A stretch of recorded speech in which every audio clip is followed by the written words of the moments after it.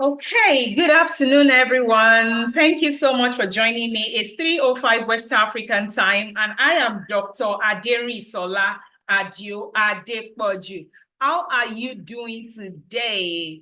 We waited 5 minutes for everyone who wants to be here to join us. And in our usual style, good afternoon, everyone. Thank you so much for joining me. It's 3:05 West African time. Just give me 1 minute. I can hear myself. How are you?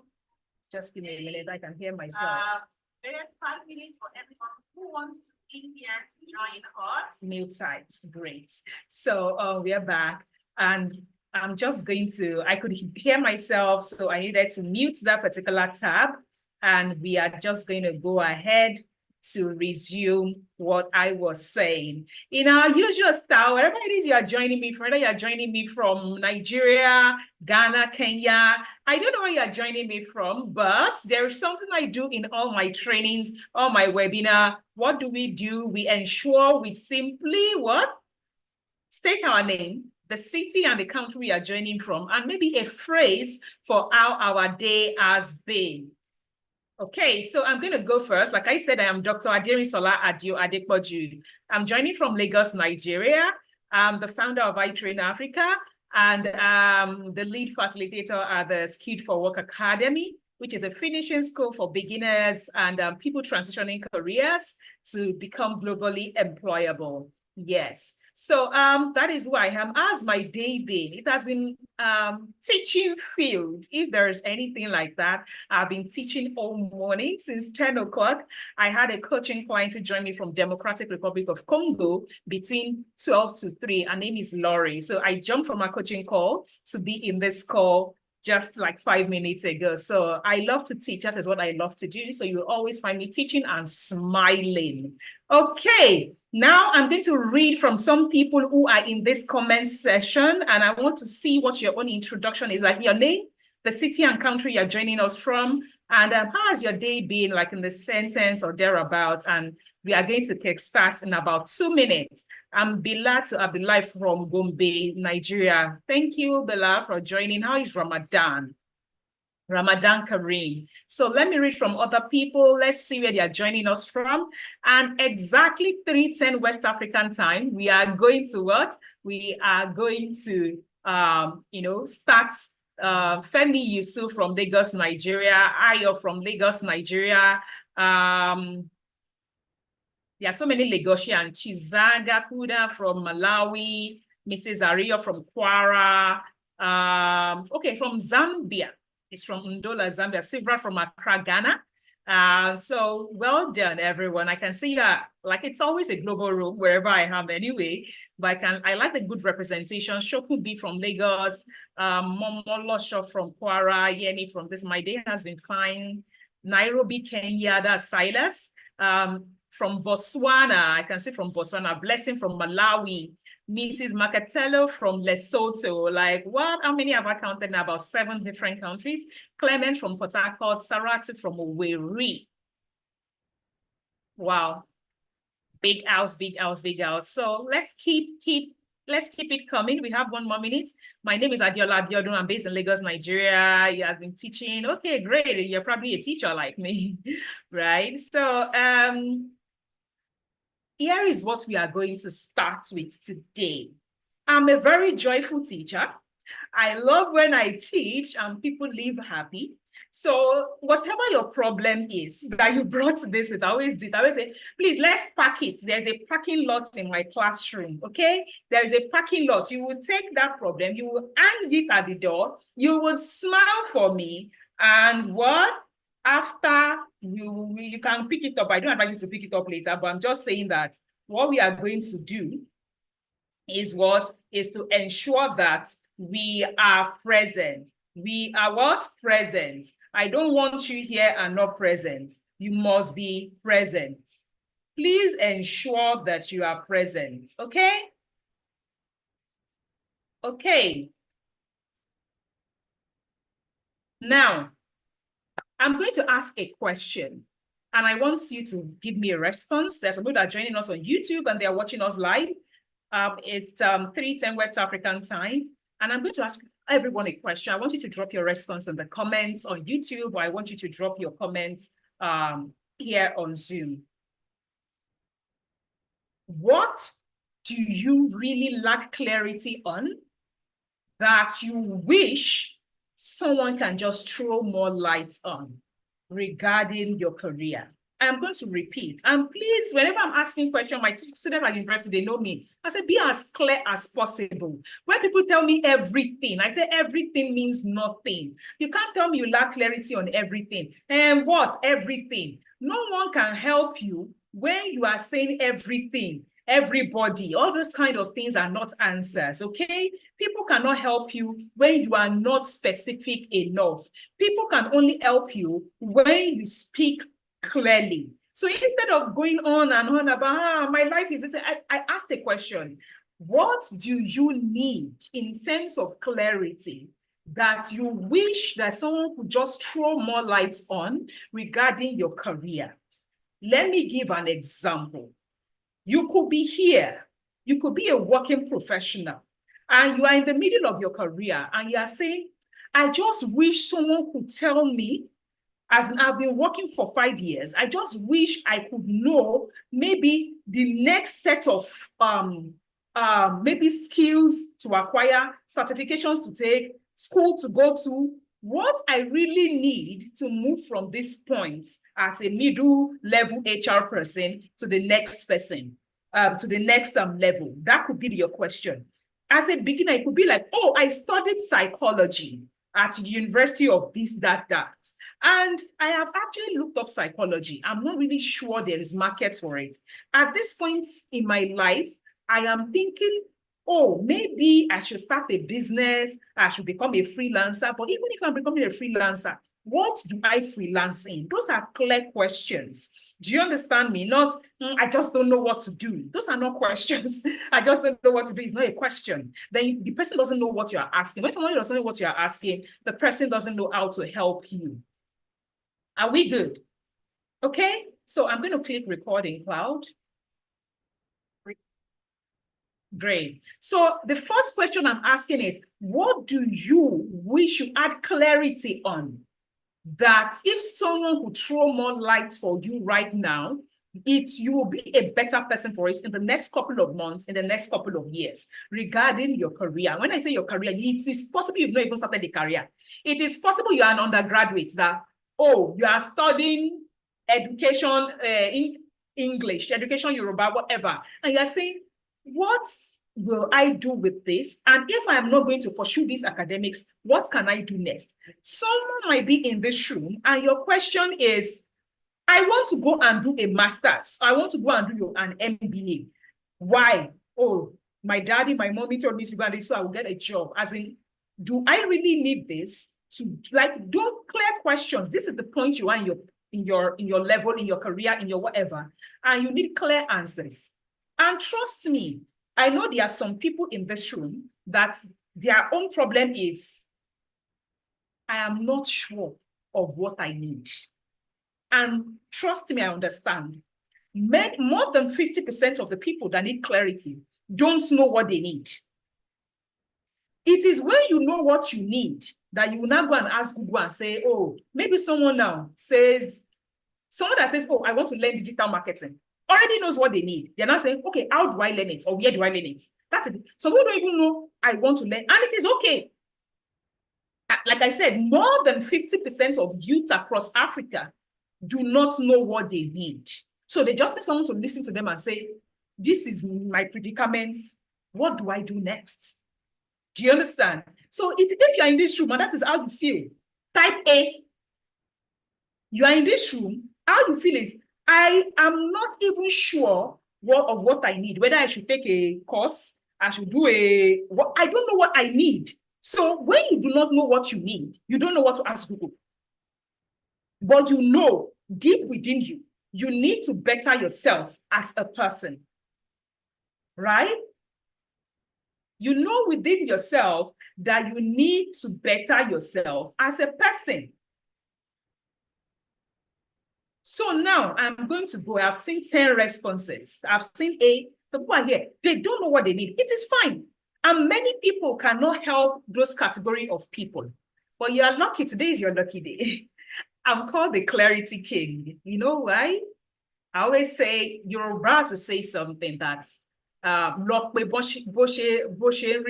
if something has happened to you before, you really be empathic towards those who are in that category. You would know how it feels, right?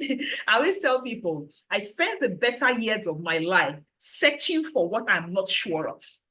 Do you understand? You know, when you are searching, you know you are looking for something, but you don't know what you are looking for, right? And it doesn't mean you are not excelling in school. I was excelling in school. I was brilliant. I have a PhD, right, in chemistry. I had like a 4.92 in my master's. So people are looking at you like you are brilliant, but inside of you, you know you need something, but you cannot place your finger on it. But you just know you need something else to be where you actually need it to be. It's all right. And I always tell people it is all right, especially for those that they have multiple interests. Your interests, they are multiple in nature. It is normal. You would need this one today, you will need this one tomorrow. You just need someone to actually put a bit of light in here and there, especially someone who has experience to help you. So, okay, let me start from Jamila Lawal. No, that was not the first person. Okay, so the first person said, I need clarity on work-life balance as I fall ill most due to work stress. First question, I will take 2 questions per time. I want to start a career in tech, but I don't know how to go about it as I graduated with biology. Now, let me talk about the first one, work-life balance. And I want you to pay attention because even if you are a starter and you are listening to me in this room, right? You are a starter. You are listening to me in this room. At some point, you will get to the point that, as Rachel is, work-life balance. You will get there. You will get to the point, it may not make sense to you now, but it will end up making sense to you. Now, Rachel, listen to me. I am a practical teacher, meaning I do not teach what I don't know. I do not teach what I have not experienced. So when I am giving you tips, I am giving you tips based on I have done it before, just so you know. I don't teach from what I don't know. I don't teach from the textbook. Now, work-life balance. And interestingly, that is one of the things we teach at, I think, Module 5 of the Workplace Foundational Skills Program at SFW. There is a module there that has to do with, I can't remember right now, but it has to do with, how am I forgetting? I think it has to do with to-do list, creating to-do list, creating, you know what? Let me stop sharing and find that document.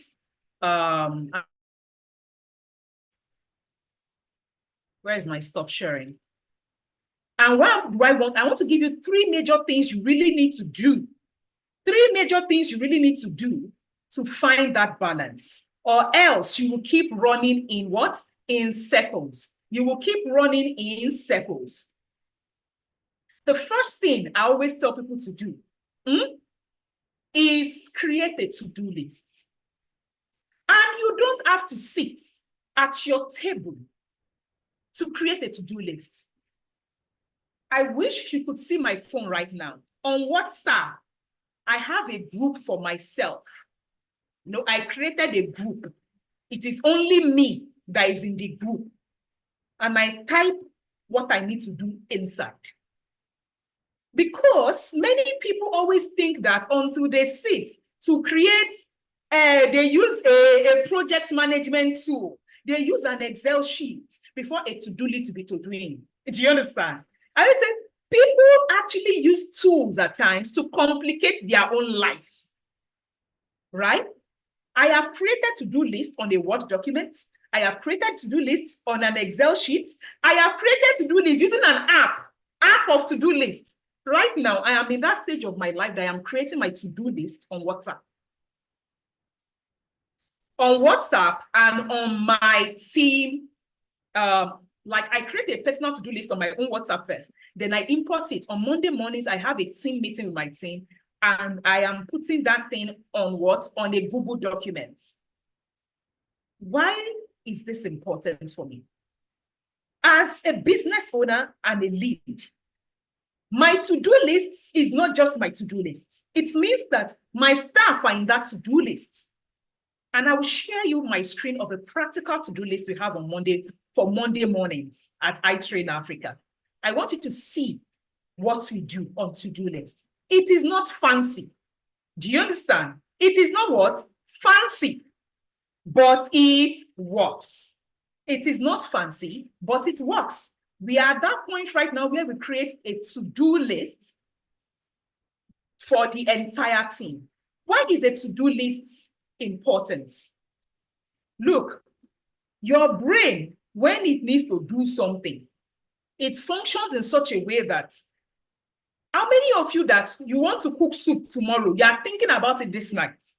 You are thinking about it, even when you sleep, your brain is still kind of, even when you want to sleep, you are still thinking about it. Women, I'm sure you can attest to this.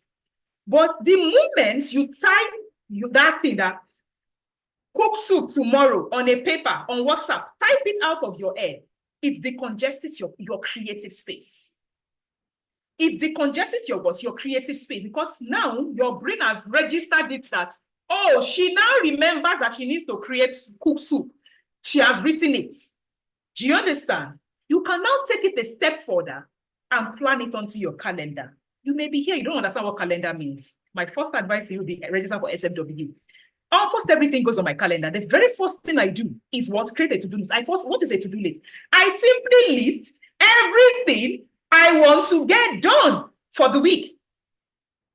Sometimes that to-do list may not comprise of, may not comprise of everything I want to do for that week. Things we start emerging, right? Things we start emerging, but it doesn't matter. It doesn't matter if things are emerging. The fact that I have gotten the majority of this thing, and you will see that I want to share an ideal to-do list I will do in my team every Monday morning with you. Share my screen.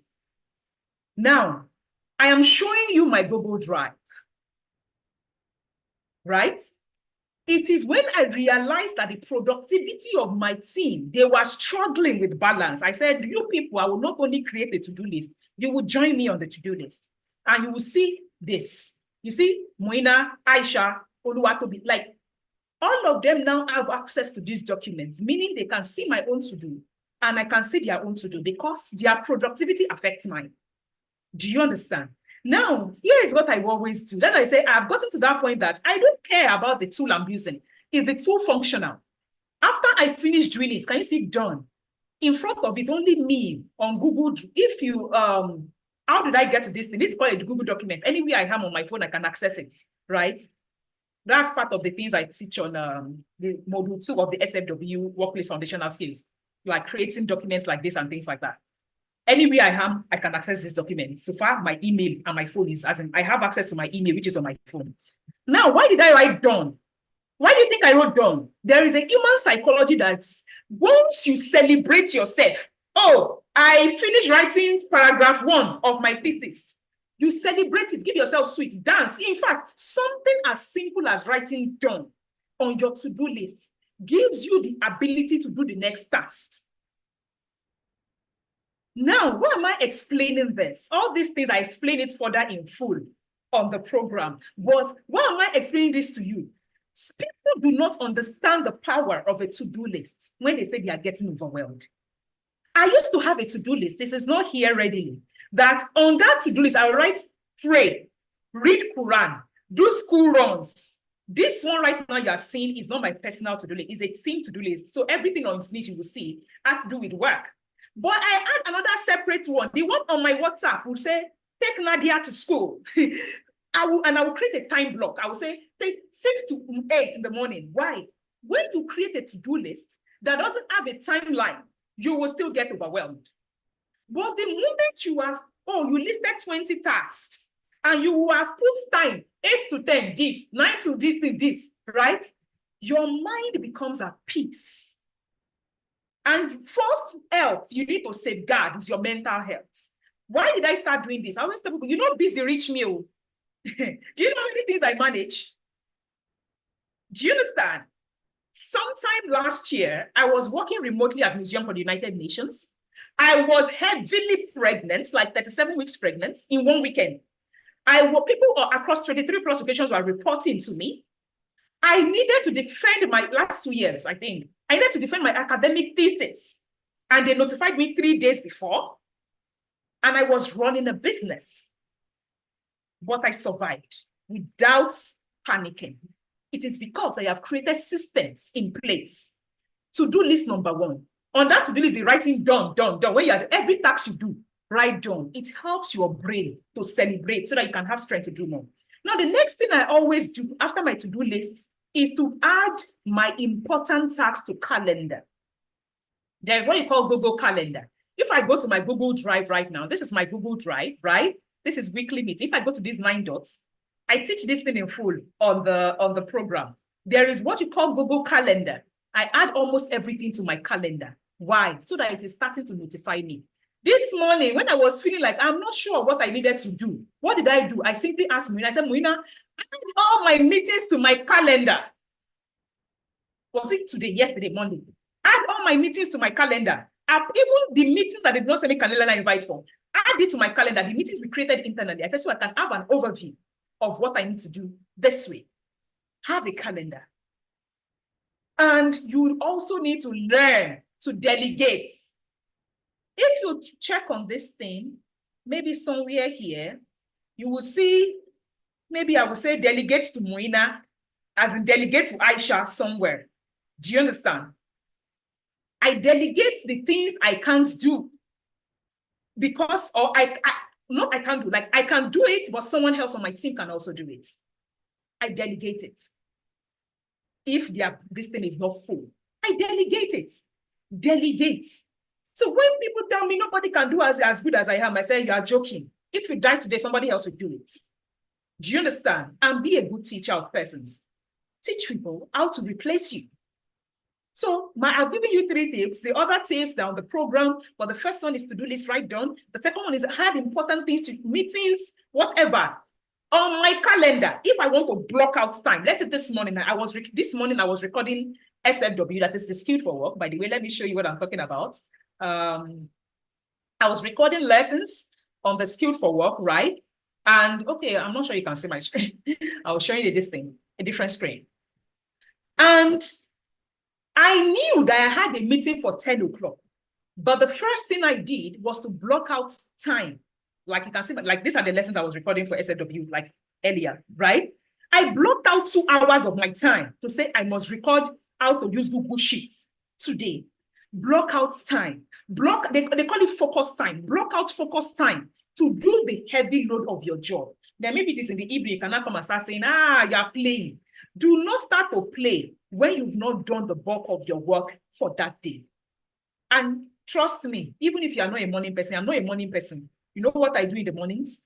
I do the work that does not really require my brain. Teaching really does not require my brain because I'm a default teacher, right? So you will see me teaching, recording video. But when I want to maybe create content from the beginning, I want to create the slide. As in, when I'm speaking to my slide, recording all these things, I'm not thinking. I'm just teaching. I know what I want to teach you.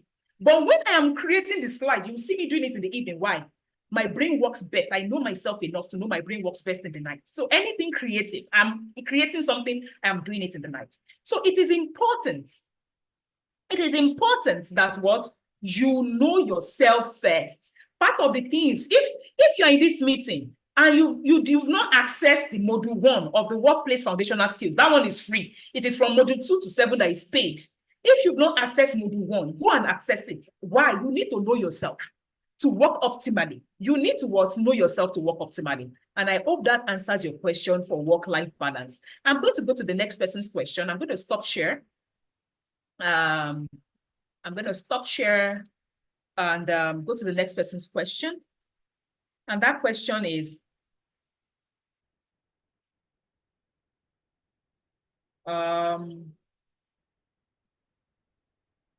Moina, can you be copying that question out for me so I don't miss anybody? I don't miss out anybody's question. I work with it. No, not that one. Not that one. I'm going up. Okay.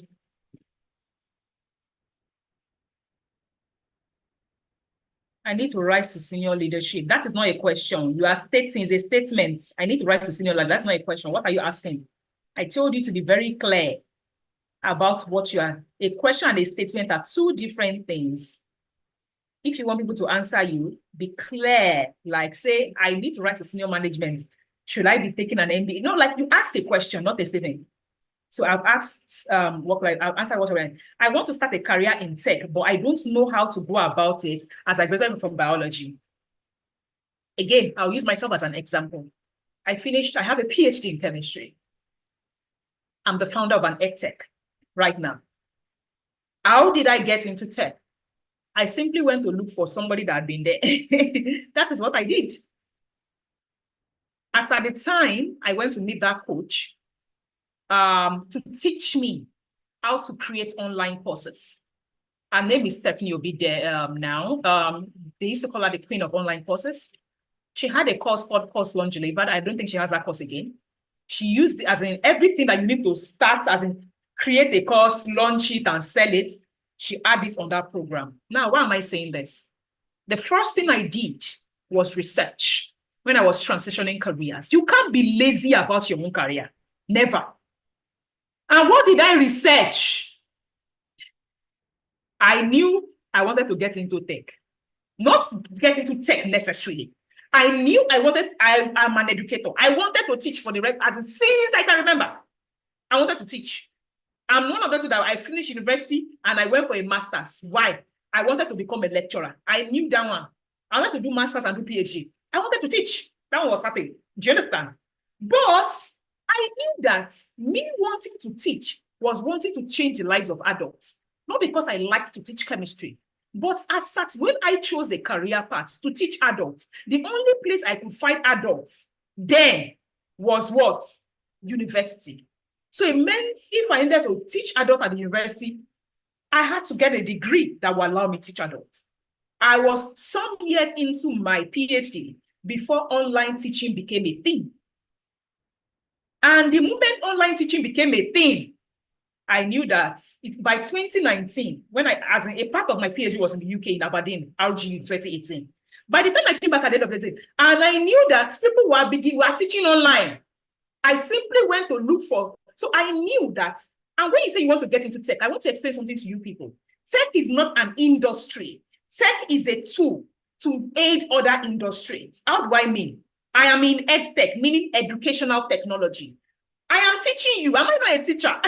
I'm in education, but I'm using technology to teach you. That is what EdTech means. So tech is not like a singular industry. It is a tool to help other industries to thrive. That is what tech is, right? Now, that means if you say you want to get into tech, the first thing I always tell people is, what is your interest? Tech is a tool. Tech, you could say, oh, I like finances, I like numbers. You want to get into fintech. And that is why if you are in this room, you've not taken module 1 of the Workplace Foundational Skills Program, I beg you, go and take it. I did a fantastic job on that, even if I say so myself. I gave you 5 lessons for free, even if it is a paid program. Why? I needed to do a personality test, to do your career clarity, skills mapping, and all that. That particular exercise I did for you, I am having a session tomorrow. The person paid me 107,500 for 1 hour to do the same thing. So people do not realize that that's one singular thing for 1.5 hours is what another person has paid me 107,500 naira for 1 hour. So if you have not accessed that particular first module that helps you to do personality tests, career clarity, skills mapping, and all those things, you do not know the value of what I just gave you for free. Muina, drop the link to that thing, because I think some people are here that they say they don't know where to get the link of that thing. Drop the link to that particular thing. Now, like I said, it is module 1. It is called the clarity module of the Workplace Foundational Skills. Because for me, I always tell people, I know what clarity did for me. I do not believe a program should start until you have helped people on it be clear. A beginner program should start from clarity. That is what I believe in, right? So I'm always big on clarity, even for my advanced programs. For professionals that have been working and everything, the first part of any course I produce is always about clarity. Now, why? If you're asking me why, I always say it is someone that knows where they are going that will get to the destination. A person that is not clear about their destination, no matter how fast they run, they will never arrive at their destination. I repeat it. No matter how fast you run in a wrong direction, you would never arrive at your destination. So I always say the first thing you need to do is be clear on where you are going, which is why I'm holding this session right now, which is why I started the Skill for Work Academy, right? I said, get clarity. When you are clear, oh, I cannot say, oh, Dr. Adenusola, I'm clear. I think I now need beginner tech skills. Let me enroll for the workplace professional skills. That's fine. Now, that tech you say you want to get into, if you are on this call and you have taken that module 1, you know your personality type. The next question I would have asked you, I don't know who asked that question, would be, what was the result of your personality test? Now, what happened? Somebody asked us on WhatsApp 2 days ago, and I asked him, I think maybe he's here, Matt something, he's not Nigerian. And I said, did you take the personality test? He said, yes. I said, what result did you get? He gave me the result. I think it was ENTJ.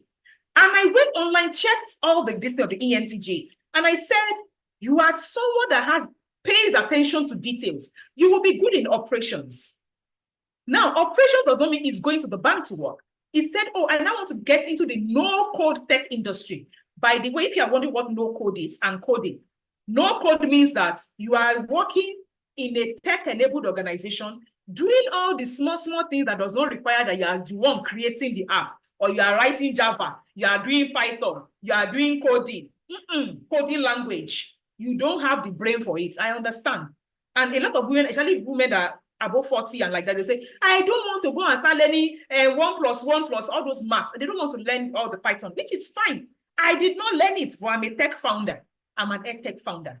What did I need to learn? I needed to learn how to use tech to power my organization. So when I discovered that I wanted to teach what I know in my head, what did I already know? How to access global opportunities. That is what I knew. And I said, now, who understands how to create online courses that will enable me to teach it? You see where I started from? I knew myself. How did I know myself? First, I knew that I wanted to teach. Then I took a personality test in 2019. The same thing I'm asking you to do right now. And the results came out that I'm an advocate. An advocate, the profession that is good for them. Coaching, teaching, all those things. Go and take their personality test. See what is good for you. Now, a caveat. It does not mean that what is not good for you, you cannot do it. But it will only take you more struggle to do it. Trust me. When someone is in that, you see the way I'm teaching you. I told you that I was teaching another client. What was I teaching another client before I joined today? Now, how to use a LinkedIn. I was sharing my screen. I finished that call at 9 minutes to 3. I went, I prayed, came here. I did not prepare for this meeting, but I know it. Do you understand me? I know it. So what you know will be, what is a natural to you will be easy for you to do. Now, after I knew myself, I wanted to teach. Education is my choice. Because I took a personality test and he suggested this thing to me. And I said, this education, what is my natural flair? What is my natural flair? I'm the kind of person I like to create. Before I think one, think two, I've created one thing. I said, the industry will not be good for me. I don't like to be cagey. I want to start, I need to start something. Or I needed to be an intrapreneur. Intrapreneur is, I am in an organization, but I'm creating my own products. For an entrepreneur, I'm by myself and creating my own products. Do you understand? Now, after I realized that for that young person that is saying that I did biology, I did chemistry, but I knew I did not want to teach chemistry. I knew it for sure. Do you understand? But I teach chemistry at university. Yes, I taught it for 2 years. Why? Because of the audience. Do you understand? I wanted to teach adults. Remember that. Now, once you are clear on, I like, or this is what my personality said, and I think I like this subject matter, find the person that's done it before you. And that person that the first thing I always tell people is, there's no amount I can't pay for knowledge. I remember my coach then, that's Stephanie. Our course was $700. If you're Nigerian, how much is $700 today? It's 1 million naira. Do you understand? And no, before you say you had the money, I did not have the money. I borrowed it from my sister and thought I would pay her across 6 months. I did not have the money. Because when people want to give you excuses of why they are not buying knowledge, they will tell you that they don't have the money. I say it's a lie. I always say, what you don't realize is the most important thing for you to do when you are trying to start something is to go and find someone who knows it. Now, there are two ways you can do it. I always say some people are not even offering the knowledge. Why did I start teaching global opportunities? I was applying for my PhD grants over and over, and I did not know how to do it. I went online to search. Nobody was selling it. So in my case, I even wanted to pay. Nobody was selling it as at then. So my case was worse. Now, at least now, I'm saying I'm doing an online school for soft skills. All the small things an employer will require of you, but they will not ask you. I'm saying I'm doing that kind of school now. Years ago, we had a school for soft skills. There was coding everywhere. But nobody was teaching you. I said, you will finish learning coding, Abby. But how to now build a CV that you used to apply for that job, they will not teach you. How to write a cover letter, they will not teach you. How to communicate when you get that job, they will not teach you. How to use Slack, they will not teach you. How to use Miro to do collaborative. How to get into Google Drive, they will not teach you.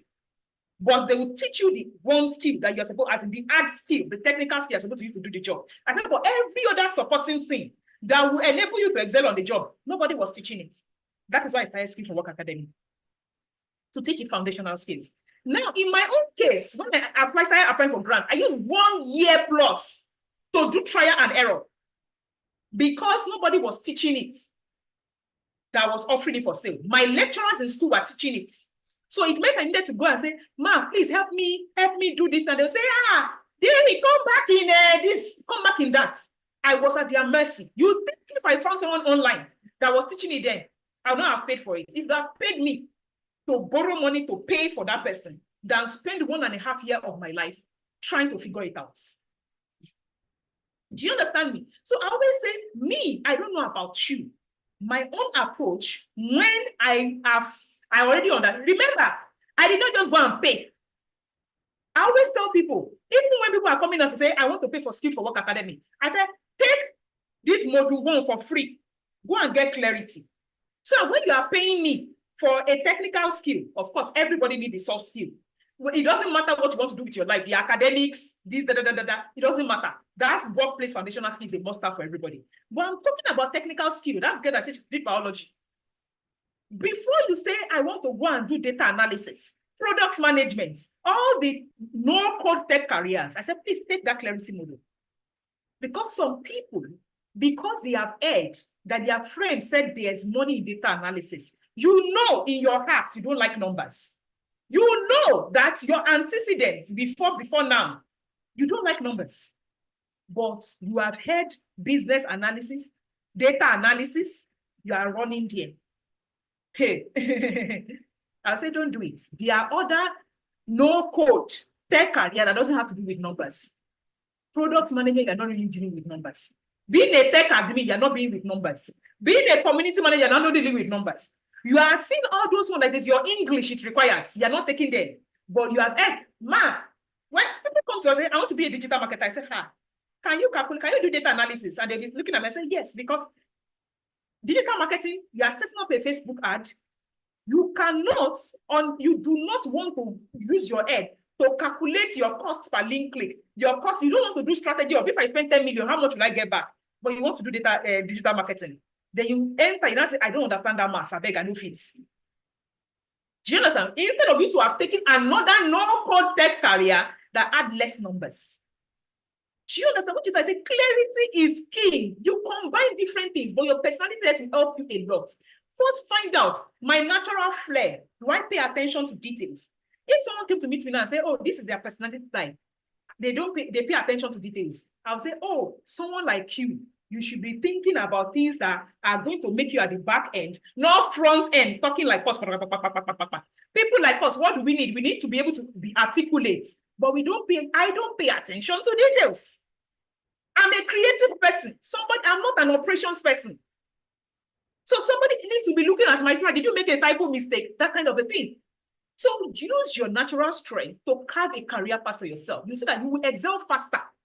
It was the moment I decided in 2019 that I have landed. This is what I want to do. I went to look for Stephanie. I gave her $700. She gave me an online course on how to do this thing. By April 2020, during COVID, I started. iTrain Africa is 3 years old. We are not yet 4. The amount of success I've recorded over 3 years is astonishing. Why? It is my natural place. It is my natural birthplace. I am teaching. I am teaching the people I want to teach, adults, and I am teaching what I know. So, young lady that said you did biology, biology is even inconsequential. Maybe you is only first degree you have. Me, I was already on the third degree when I decided I'm not doing again.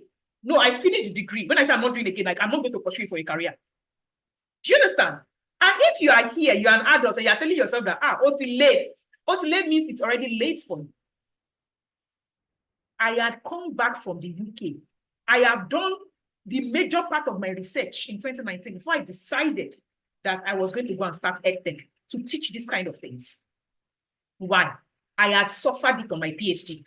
I got to the UK and I realized that, brilliant student, you knew chemistry. Hey, all the soft skills I did not know was catching up with me. Excel sheets, Microsoft this thing, to design good PowerPoint presentation. I was now seeing YTs, like YT that their results, like these small results. They will now use beautiful PowerPoint slides to package it. And they were winning like mad. Whereas me, that I had all the results from Nigeria, results. I don't research. I have results. Packaging was this thing. Analysis of it was terrible. Do you understand what I'm saying? So when people tell me, I say, hey, this thing happened to me. So I know what I am talking about. And I told myself that all the small things that help people excel, apart from the main thing. For instance, if you're an academic now, the main thing that is your career is the academics, you are a lecturer. But all the small things that say, oh, let me help you set up Google Classroom so you can teach your students. You don't know how to set it up.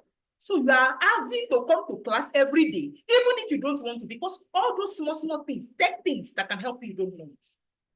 Which is why I said the workplace foundational skills is that one. It doesn't matter where you are. If you are not even sure of all the small things you lack, you need it. Now, young lady, that is the end of. I explained it because I have seen that people are also asking the same question. I did biology. I did this one. What should I do? So I had to explain it. Start from clarity. When you gain clarity, whatever your personality test tells you, your natural self, then ask yourself, out of someone that is a community manager and someone that is a digital marketer, who will be facing the front? A digital marketer will sit at the back. You just be setting on Facebook ad. They don't have to show their face. They don't have to interact with people. They just set Facebook ad up, bam, set up funnel, bam, they've gone. But a community manager every day must be interacting with people. So if you are in your heart of hearts that interacting with people every day will be annoying you, you are introverted. When people chat you don't want to respond, but you want to go and take community manager as a profession. You will be angry. You will be responding to those people with anger because it is not your natural self. My friend is always saying, Jerry, how can people be asking you small, silly question and you are not angry, you are responding? I said, because I am a natural teacher of people that are at the beginning. I believe the person doesn't know. That is why they are asking me. If they know, they will not ask me. I said, Jerry, you are gifted with the energy to actually help beginners. I said, every time I remember how I went to the UK and I did not know anything. That's why I was an academic scholar. In fact, I won grants. They gave me ACTF scholar, but scholar did not have soft skills. I sat down in the UK. I cried. Then I now picked myself up and started going to surf the internet for what I did not know. Meaning, I first had to start asking, what do I need to know as a PhD student? You need to know this too. You need to know this too. Right now, me, I'm packaging all these small things into like a program. You don't even have to go and start asking, what do I need to know? No. I'm packaging everything. It's an unconventional program because I have been there. I feel it. So, Moina, what's the question after that? Did you send it to me on WhatsApp? Moina? I told you to send questions to me from the group. I should put it on WhatsApp. You didn't send it. I now have to be scrolling up. Oh, just copy it and send it. So it's easy for me. I have to scroll up a lot to find the next question to that biology lady person. Now, the next question, okay. Someone asked is, good afternoon, my name is, I'm based on, not that one. Not that one. Please, okay.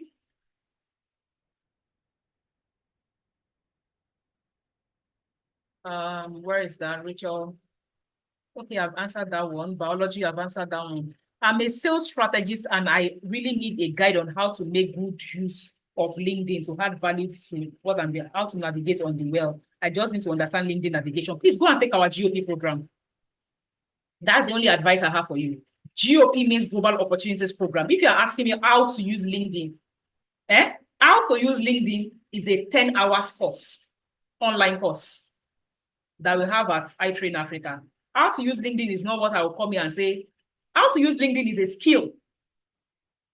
As in, I don't know how to, there's a difference between information and acquiring a skill. How to navigate the platform is a skill.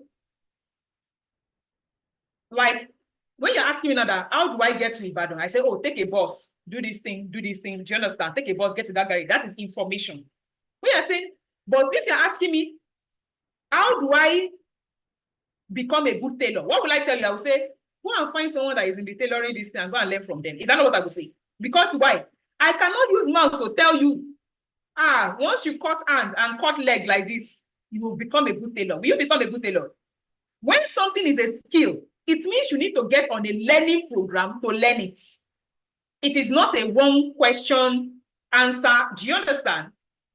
How to use LinkedIn to position is what I teach on the Global Opportunities Program for professionals that have experience.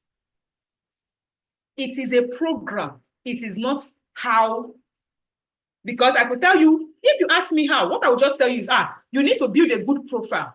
You need to optimize the platform. You need to position on the platform. You need to write articles. The question is, this information I gave you, does it help you have the skill of doing it? It doesn't.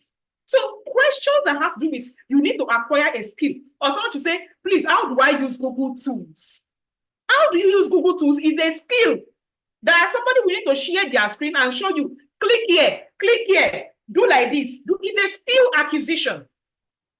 Anything that is a skill acquisition, you cannot answer it in the, you cannot answer it in the clarity session. It is skills. You need to acquire the skill. But someone should say, I need to learn how to write good LinkedIn articles. It means that somebody needs to see you and say, in paragraph 1, whenever you're writing articles, you put this one here, this is how you do it. It is a skill. People do not realize it. It is a skill acquisition program. I have a program called GOP, Global Opportunities Program. That program is 107,500, right? At a subsidized rate. It used to be 500,000 the year before now.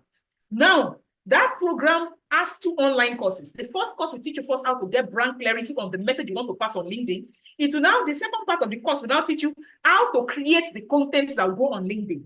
The third part will now share how to optimize the platform, meaning how to put the banner here, what to put in the banner, what to put in your, it will teach you. Then the fourth part of the program will teach you how to maximize it, meaning when they reach out to you, what should you say, what should you not say? It is a skill. It is 10 for one course is 5.5 hours, the other course is 5.5 hours. You think what I taught in a 10.5 hour distance, I can teach it in a clarity session? I can't. So please, whenever you know you need a skill, I just told you, when in 2019, I knew I needed to learn how to create online courses. It is a skill. I went to look for Stephanie and gave her $700 and say, give me the course where you taught people how to create online courses. Because I cannot learn it by you saying, she could have told me, if you want to create online courses, you need to create landing page. You need to set up your Facebook ad. If she tells me that one with mouth, will it help me do it? I cannot, because she did not show me how to set up the Facebook ad. She did not show me how to create a landing page. But she told me, she gave me a roadmap, say, create landing page, set up your this thing, create funnel. And that is the same advice I can give you right now. You need to what? Build your profile, optimize your platform, position on that platform, write great articles that will attract the idea of this thing. And if you don't know how to do all that, get on the global. It is a skill acquisition program. It can't be answered here. I just gave you a roadmap on how to do it.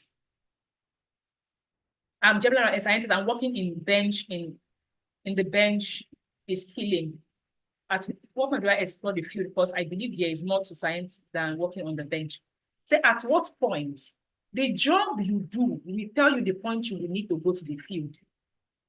If you are working for someone, it means that it is the work they have for you that they will give you.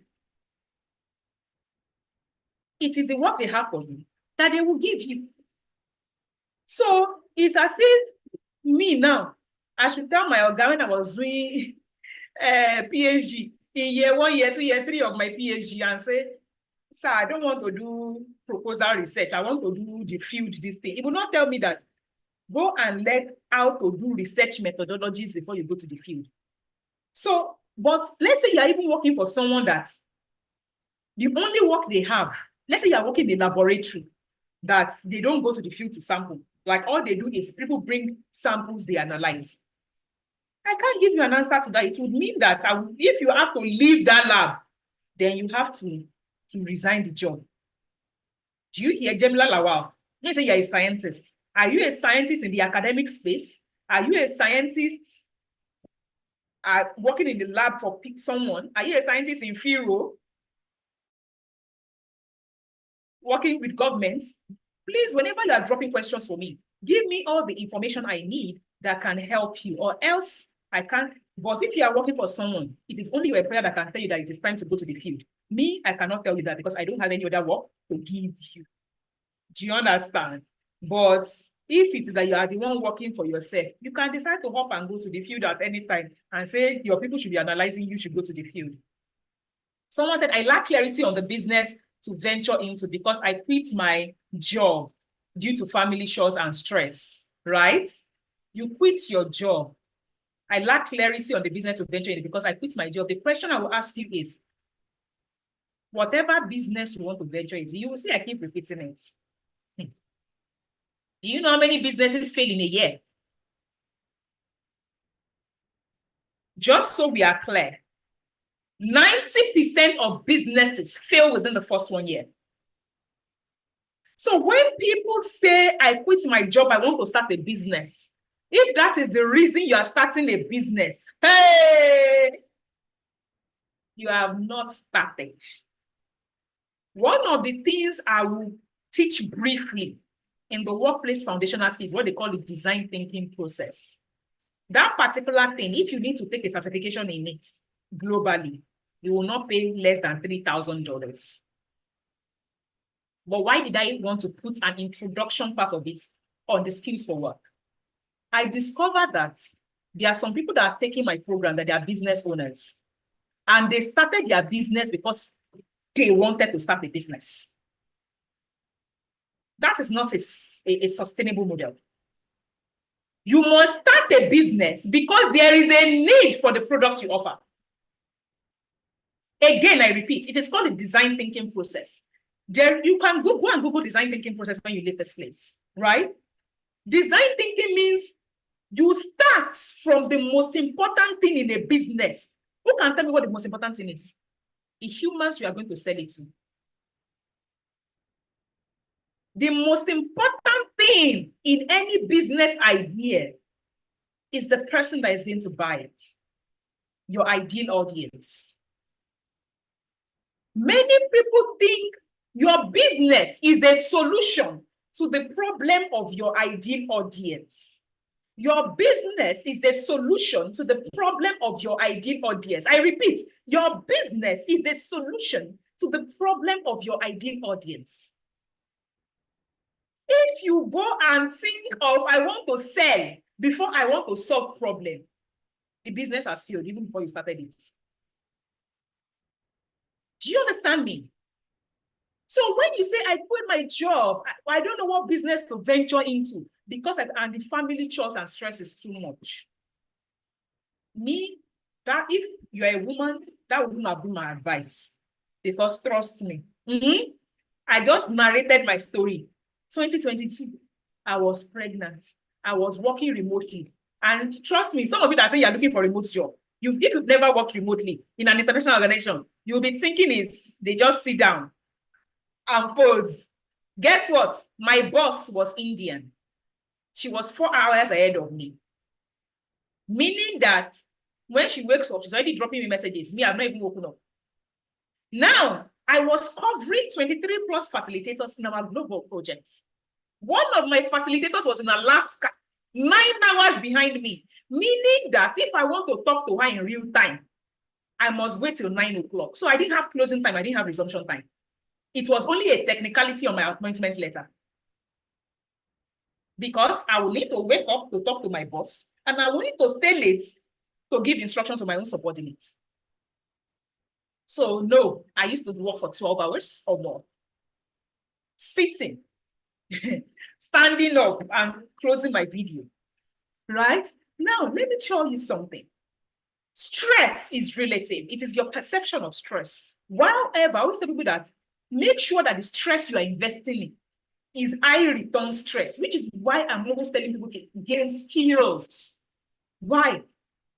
Someone that is doing house help and earning 30,000 will probably work from morning to night, washing plate and all that.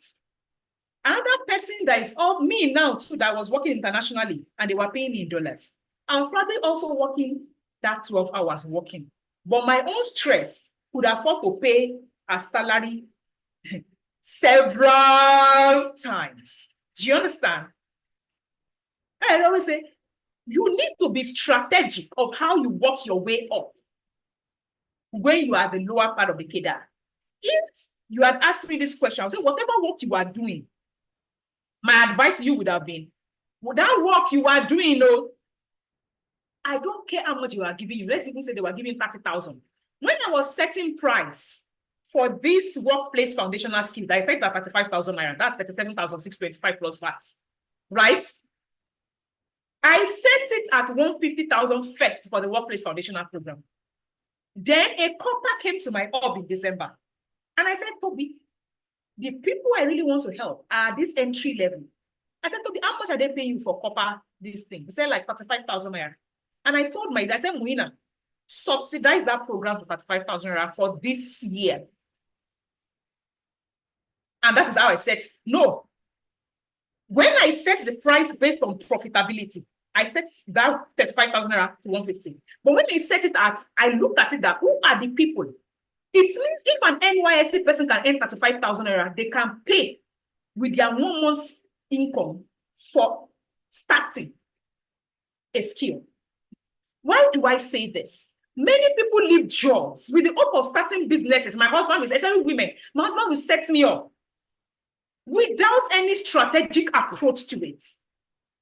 I have a help right now, right? And the first I'm saying, when you are saving that your money, even if, let's assume you are a help and you're in this school, you are earning 30K. I would say if it is 10,000 you can save it for 3-4 months. Go and get clarity on, okay, what skill do I want to learn? Sit down on the social media pages of people that are already doing it. Be watching their daily lives. Me, as you see me like this, every morning, I have like 5, 6, 7 pages I go to social media. I go and watch people's lives. People that I admire. How are they doing their things? I take note of it and incorporate it into my own thing. Free learning, but I'm watching them from afar. I would never, ever approach someone and say, come and be my mentor. It's rubbish. I believe that someone can be mentoring you from afar. You'll be looking at them, you'll be imitating their life. Do you understand? Now, I would have said, whatever money you are making in that time, take some money. Like I already told you, the workplace foundational skill does not matter what you want to do with your life. Whether you do tech or not, whether you set up a business or not. If you set up a business and that business must succeed, you must keep your books. You must write, you must take your data. You must say, I spend expenses, revenue, sales, profit. You must do it.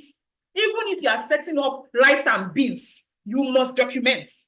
And for you to document, you must know how to use Google Sheet. You must know how to use Excel sheet. You must know how, do you understand? That one, that I call it workplace foundational skill. When you say work, you could be working for yourself, you could be working for another person, you could be doing freelancing. Those ones are the basic things. When you learn it, you will now tell yourself, okay, I have the workplace foundational skill. Now, which thing can I now do as a woman that's plenty shots want to kill me and stress? If you ask me, I'll say, choose a no-code test skill that you can do from home. What can you do from home? Managing people's online communities, Telegram, WhatsApp, this thing, people pay people for it. I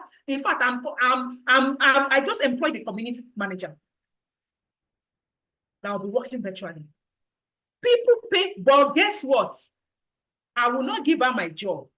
to do and sit down in her house if I know that she does not have the skills to do it. If what she brought to me was, I have a certificate, auntie, see the certificates, I will not take her. If she likes, she should write community management expert on her LinkedIn. I will not take her. She should display this thing. She needs to demonstrate to me how she will handle conversations. And that is what I did at the interview. I gave her different case studies, scenario. If this happens, this one, that one, how will you navigate this? And she gave me good answer. I did not ask her if she went to school. I did not ask her if she has a certificate in this thing. I asked her for, can she do the job?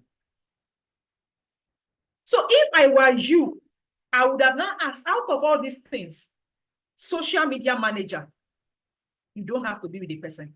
Community manager, and these are jobs that, as bad in this country, bad, people will still give you 50K.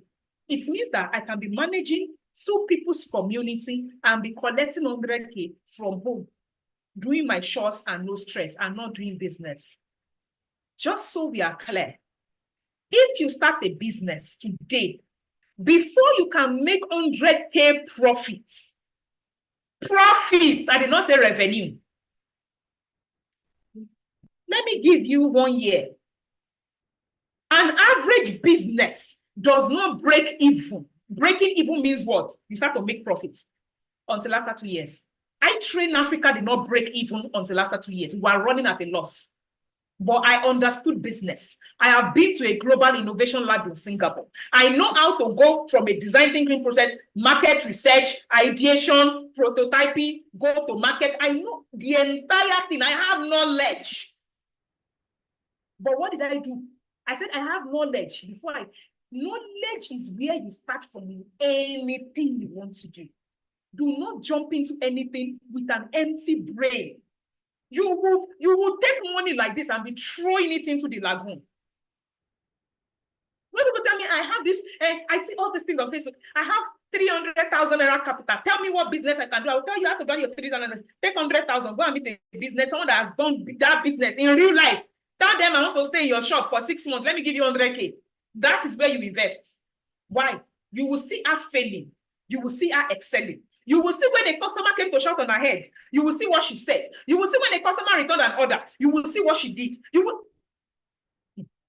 underestimate the power of people's experiences. That is when you tell me you have capital, what business can I start? I said, okay, when you finish taking a business, you can start. You will say, how to drive your capital, you will carry it, you will go and give somebody that's done it before. Now, I would say, where your research should be, who has done it before? Not just a business coach. There is difference. Who is just like my friend now, Amara. She has a course on Facebook ads, right? Amara runs Mara Cruise. Amara's company is a 30-man company. She runs our advert budget in 1 month is over 2 million naira. Advert budget. But guess what? Amara will tell you that I'm an Igbo girl. If I'm not making my money back, I will not be giving Mark 2 million naira to run adverts in a month. You say I'm an Igbo girl. Amara teaches Facebook course not as a business coach or as a Facebook course, as a ads manager, what are they calling it? As an ads, whatever, who that learns it as a general. She teaches it as a business owner, meaning I do it in my business every day. I do it every day. I know when Mark will decide to increase money. I know when it is not increasing money. I know when it is going down. I know when it is going up. So when people ask me, why do you teach? Like you teach in a relatable manner. I said, has it done you before? Were you the one that went to the UK? I was crying because you did not know how to operate Excel. When you know, when you feel it, you will know how to teach the person that is coming behind you. That is why I say, please, stress and short, they are part of womanhood. All of us, we get this wahala. As in, I have a 1-year-old.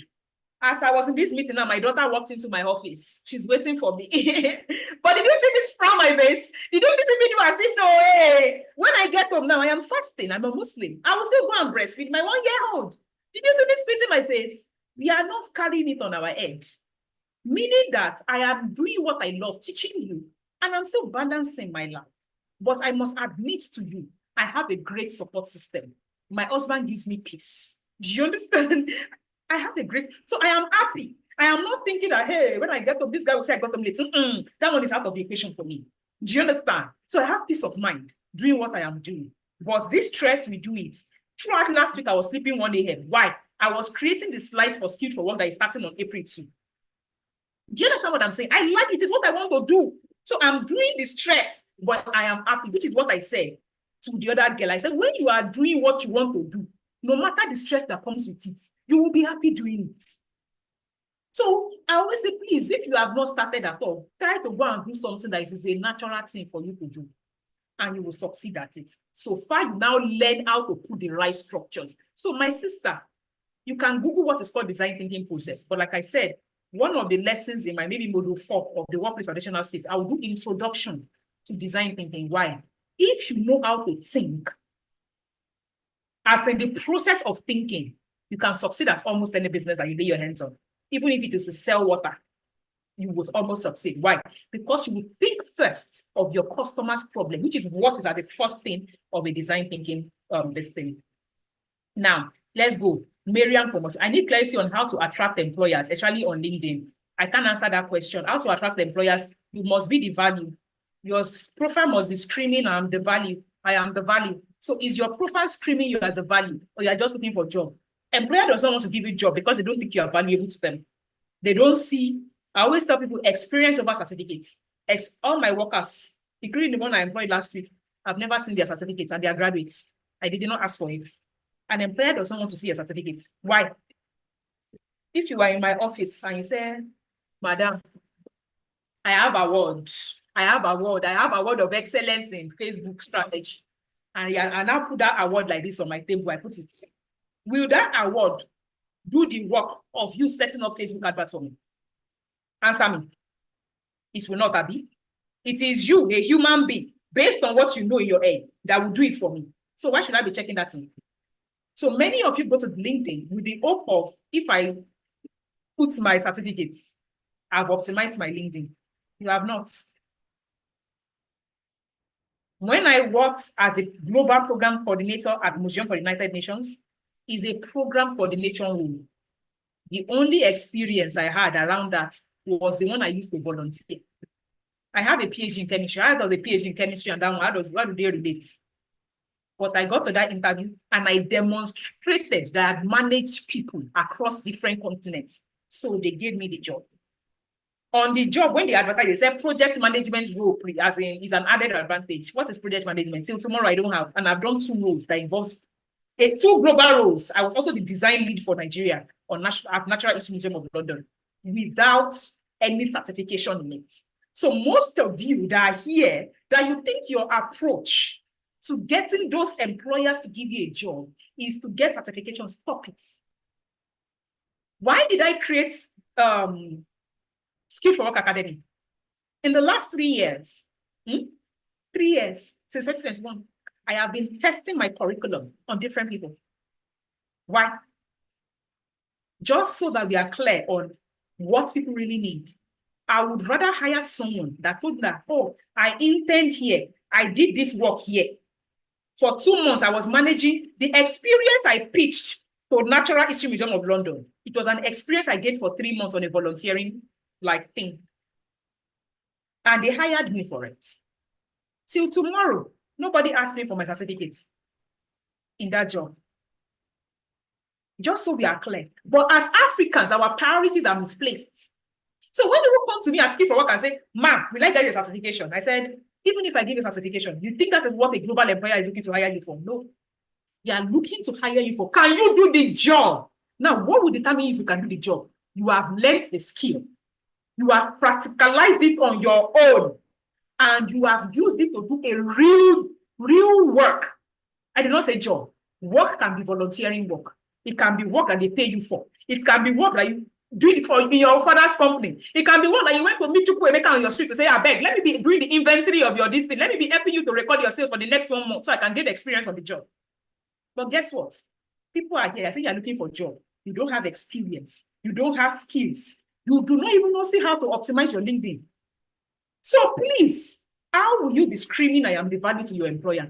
Skills you don't have. But you say, but I graduated. Guess what? I have a PhD too. But I'm not selling my PhD to my employer. I did not. Right?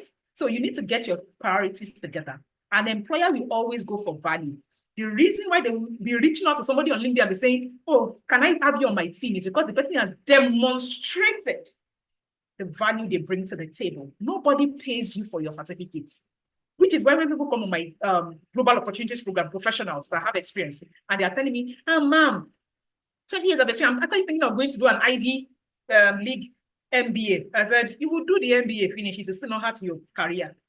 And they'll be looking at me. I said, that's the truth. You must first ask yourself, why do I need that thing?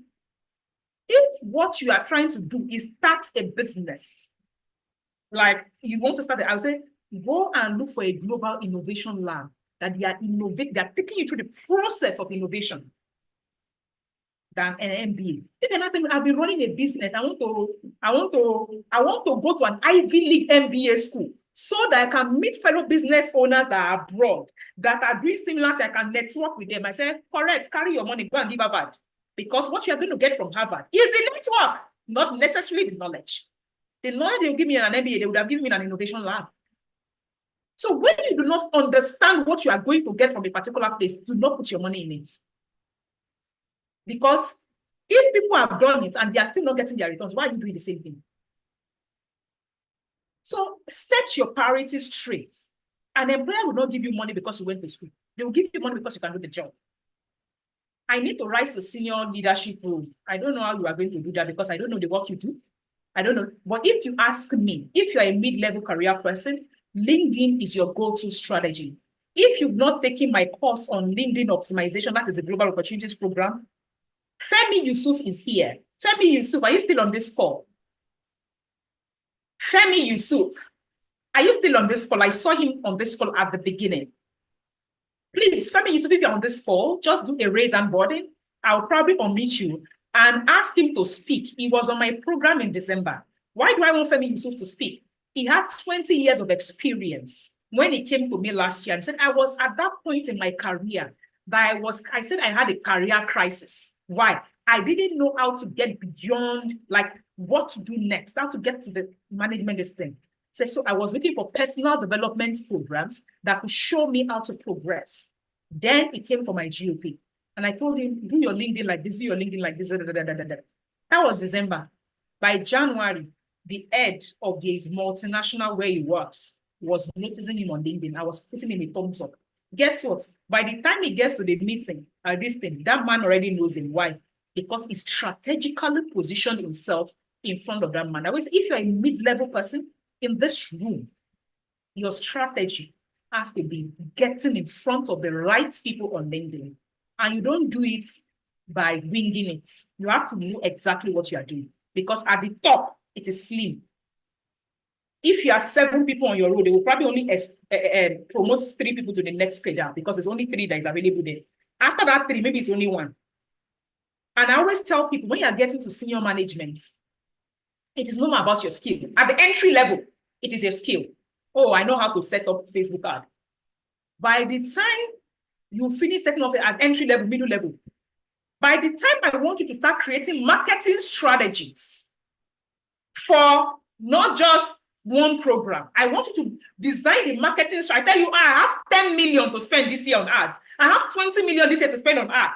Oh, Benny, come here, create this marketing strategy for iTrain Africa. That is when you will know that it is no more about skill.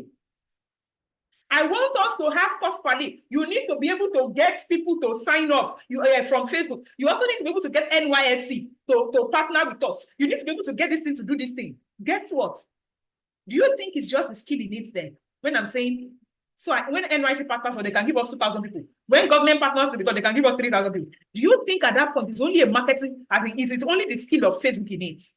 That is when you now know that when management wants to select the person that will now be that chief marketing strategist, they will not say who can set up Facebook ads again. They will now say, oh, who is that person that has a great network, that is panache, his charisma is good. So we can send him to Ikoyi Club to go and play golf. So when he gets there, he will meet the head of NYSC, who he can now talk to, that will bring us 20,000 NYSC students.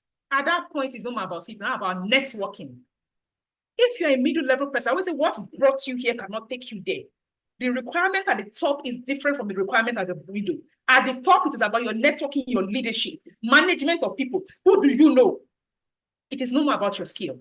So please, my advice during my GOP program, learn your LinkedIn strategy well. Position like your life depends on it. Because it's no more about your skill when you're getting to management level. Now, what skill do I need to build on to be a monitoring and evaluation specialist? I've worked as a data associate for past 4 years. However, I want to next level. I have also done masters in public health. Monitoring and evaluation in the health sector. If that monitoring and evaluation is in the health sector, then my advice would be for you to actually take a specialized course in health safety and environment. Health safety, and if you are going to health safety and environment is something that is highly in demand. How do I continue to attract global rules? Continue to attract Latif Yusuf or Femi Yusuf, I think is here. How do you continue? Femi, my advice, you see that content workshop I taught on February 19th. Trust me, whatever it is you learned on GOP is already great. Now, what you now need to continue to do is to have that calendar. I taught you how to create a content calendar for LinkedIn. That content calendar, make sure it is strategic. Like when I was teaching you in that workshop, Femi Yusuf, I said, make sure you are designing. It's called a strategy, content strategy, meaning that there is thought process that was put into it. Meaning that I already said, this is the person I want to see me. Meaning I will create the kind of content, articles, and all those things I taught you on GOP for that person. I will be creating the kind of thing that will appeal to that person. LinkedIn is a gold mine, you just don't know it. It is where the Joneses are.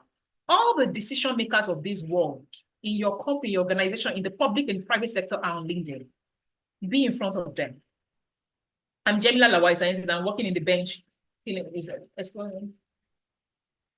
So I want to go into business and I need clarity on the type of business to go.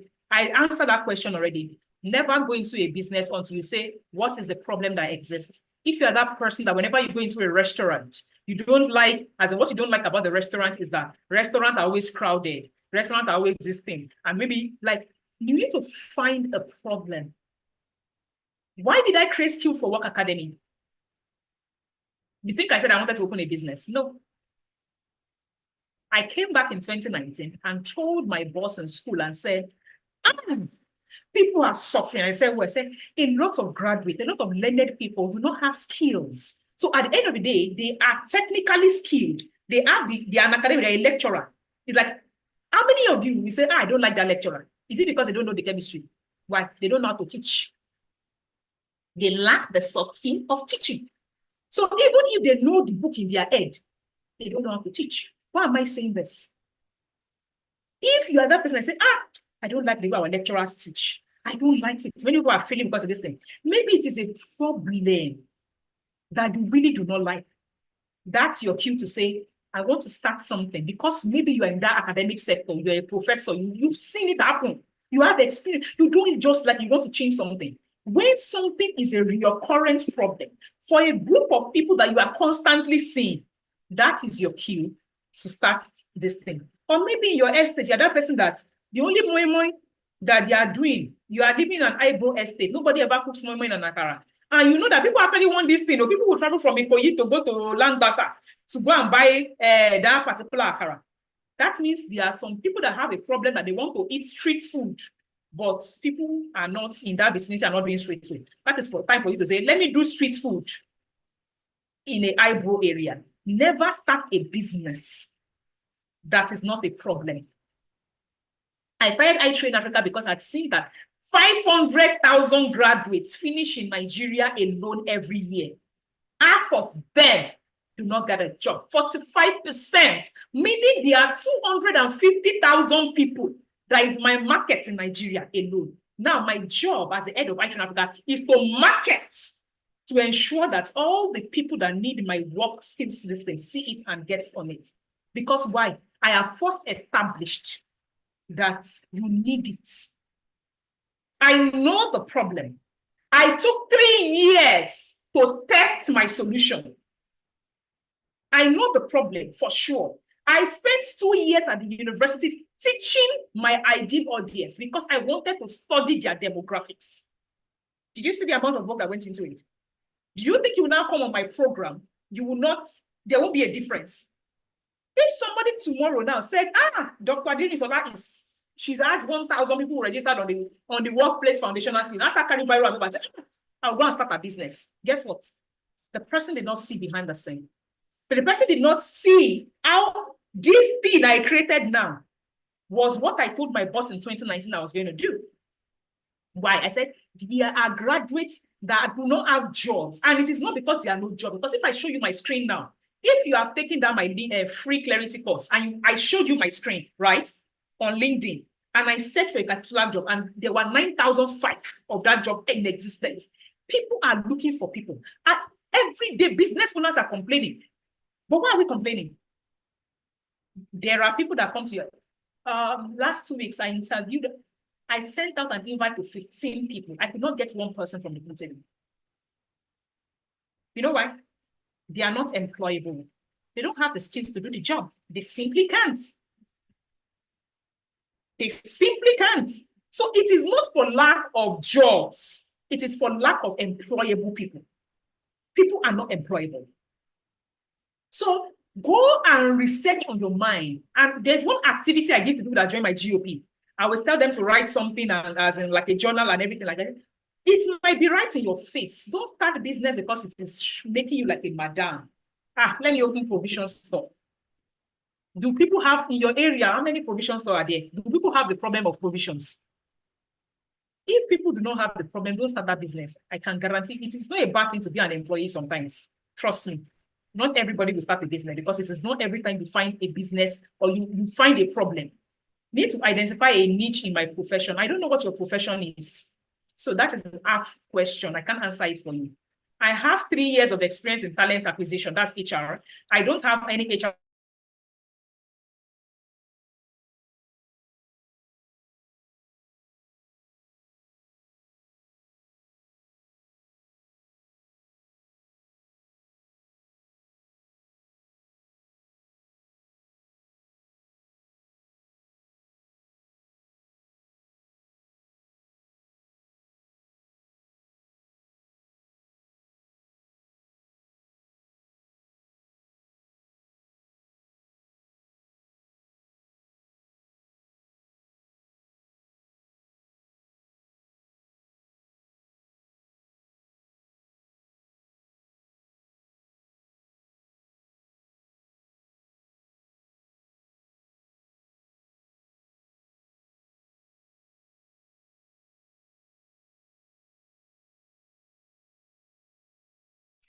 The TechnoSpark is working. Okay, yeah. Okay, so great.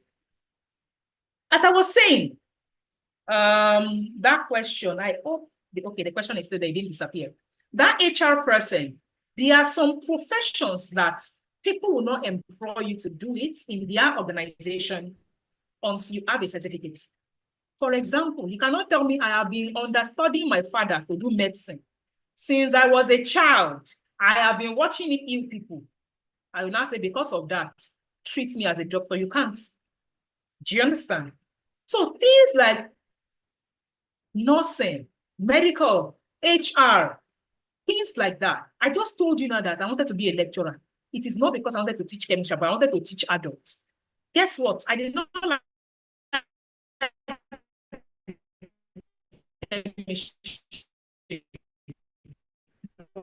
what did I do? I went to do a PhD anyway. So there are some professions like they will not hire you until like you are actually in that profession. Do you understand? You are actually in that profession. Now, if you're an entry-level person, my advice to you will be, you need, I don't know where you want, I don't know the sector you want to work. Let's say you want to work in an organization that is HR, as in you want to do HR. Most of the time, People don't start because it's not as if there's even HR like in Nigeria as a course, you understand? People will study something else and they will get into HR. One of my friends, I wanted to get into HR one time. She did biochemistry in school. She's in Canada now. She did biochemistry in school. When she was working at the bank, I think GT Bank then, what she did was she ensured that they put her on projects that has to do with people management. When they say they are having team meeting, they want to, she got into the bank as regular, as a marketer or something. Do you understand? But when they say they want to organize something, she'll say, oh, let me be in charge of it. Like things that had to do with this thing. So when it was time for her to now present herself to go to the HR, that I would like to join your department. She didn't say I would like to join your department. She said, oh, I would like to, are there things you did in my extra time when I'm not doing my this thing? Are there things you're organizing? I would like to be a part of it. So that way, the HR department requested for her. She was not, why? She had demonstrated her value in knowing how to do things that has to do with talent management. That would be my advice if you are already in an organization. If not, my advice to you, people are typically not hiring like, they are not hiring like HR as an entry level. So, and I'm imagining you're an entry level person. Let's say you've been doing it for 3 years or thereabouts. So you're still like an entry level role. So HR is one of those things that you need to prove your work before somebody gives you that job. Now, how do you start your own consulting? I have a friend also, Army Consulting. She didn't do HR, right? She didn't do HR.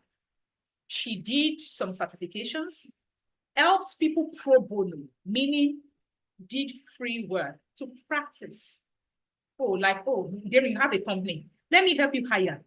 At the end of the day, give me feedback. The person I hired for you, did they stay long on your job? Did they stay short on your job? Like, let me do it for small businesses around you, as in, let me be the one hiring. After they did it, now, based on the feedback I gave them, they will now go and start their own Instagram page and come and start saying, oh, I helped Daring hire. I helped this thing hire. Their talent has lasted for 2 years. They said this thing. Consultation, people always say, I want to start a consultancy. Do people realize that consultancy is an experienced job?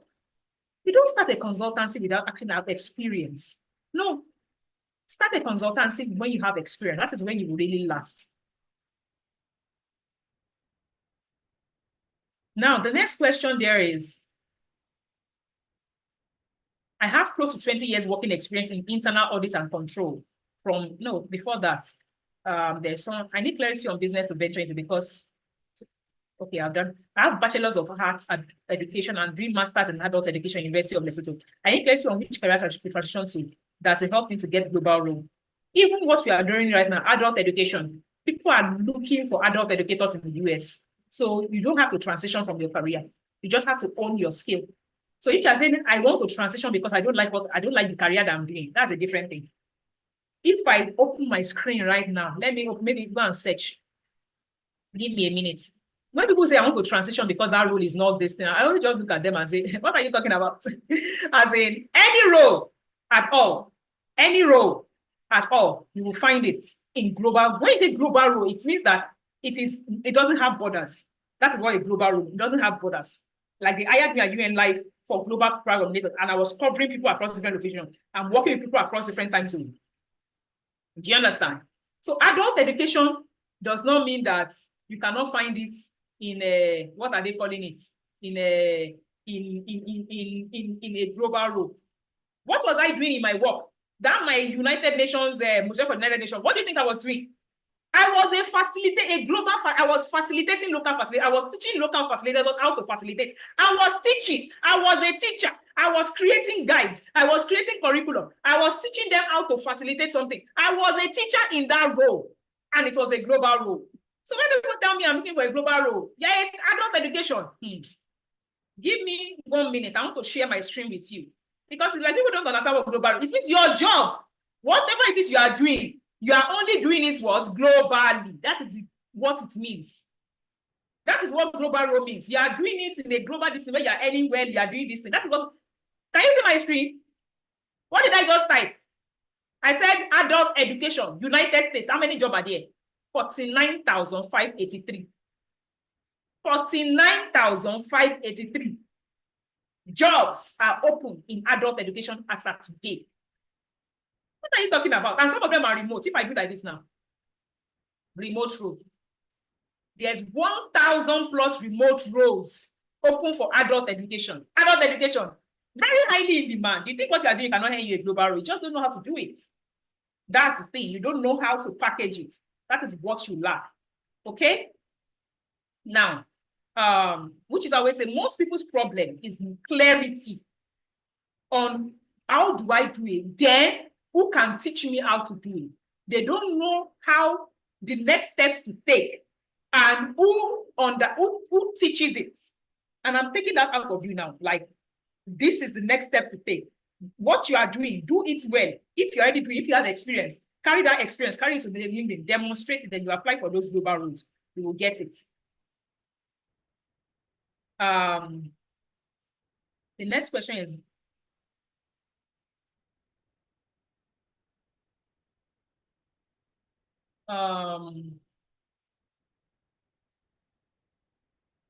someone said, I need help. I need to discuss with you personally.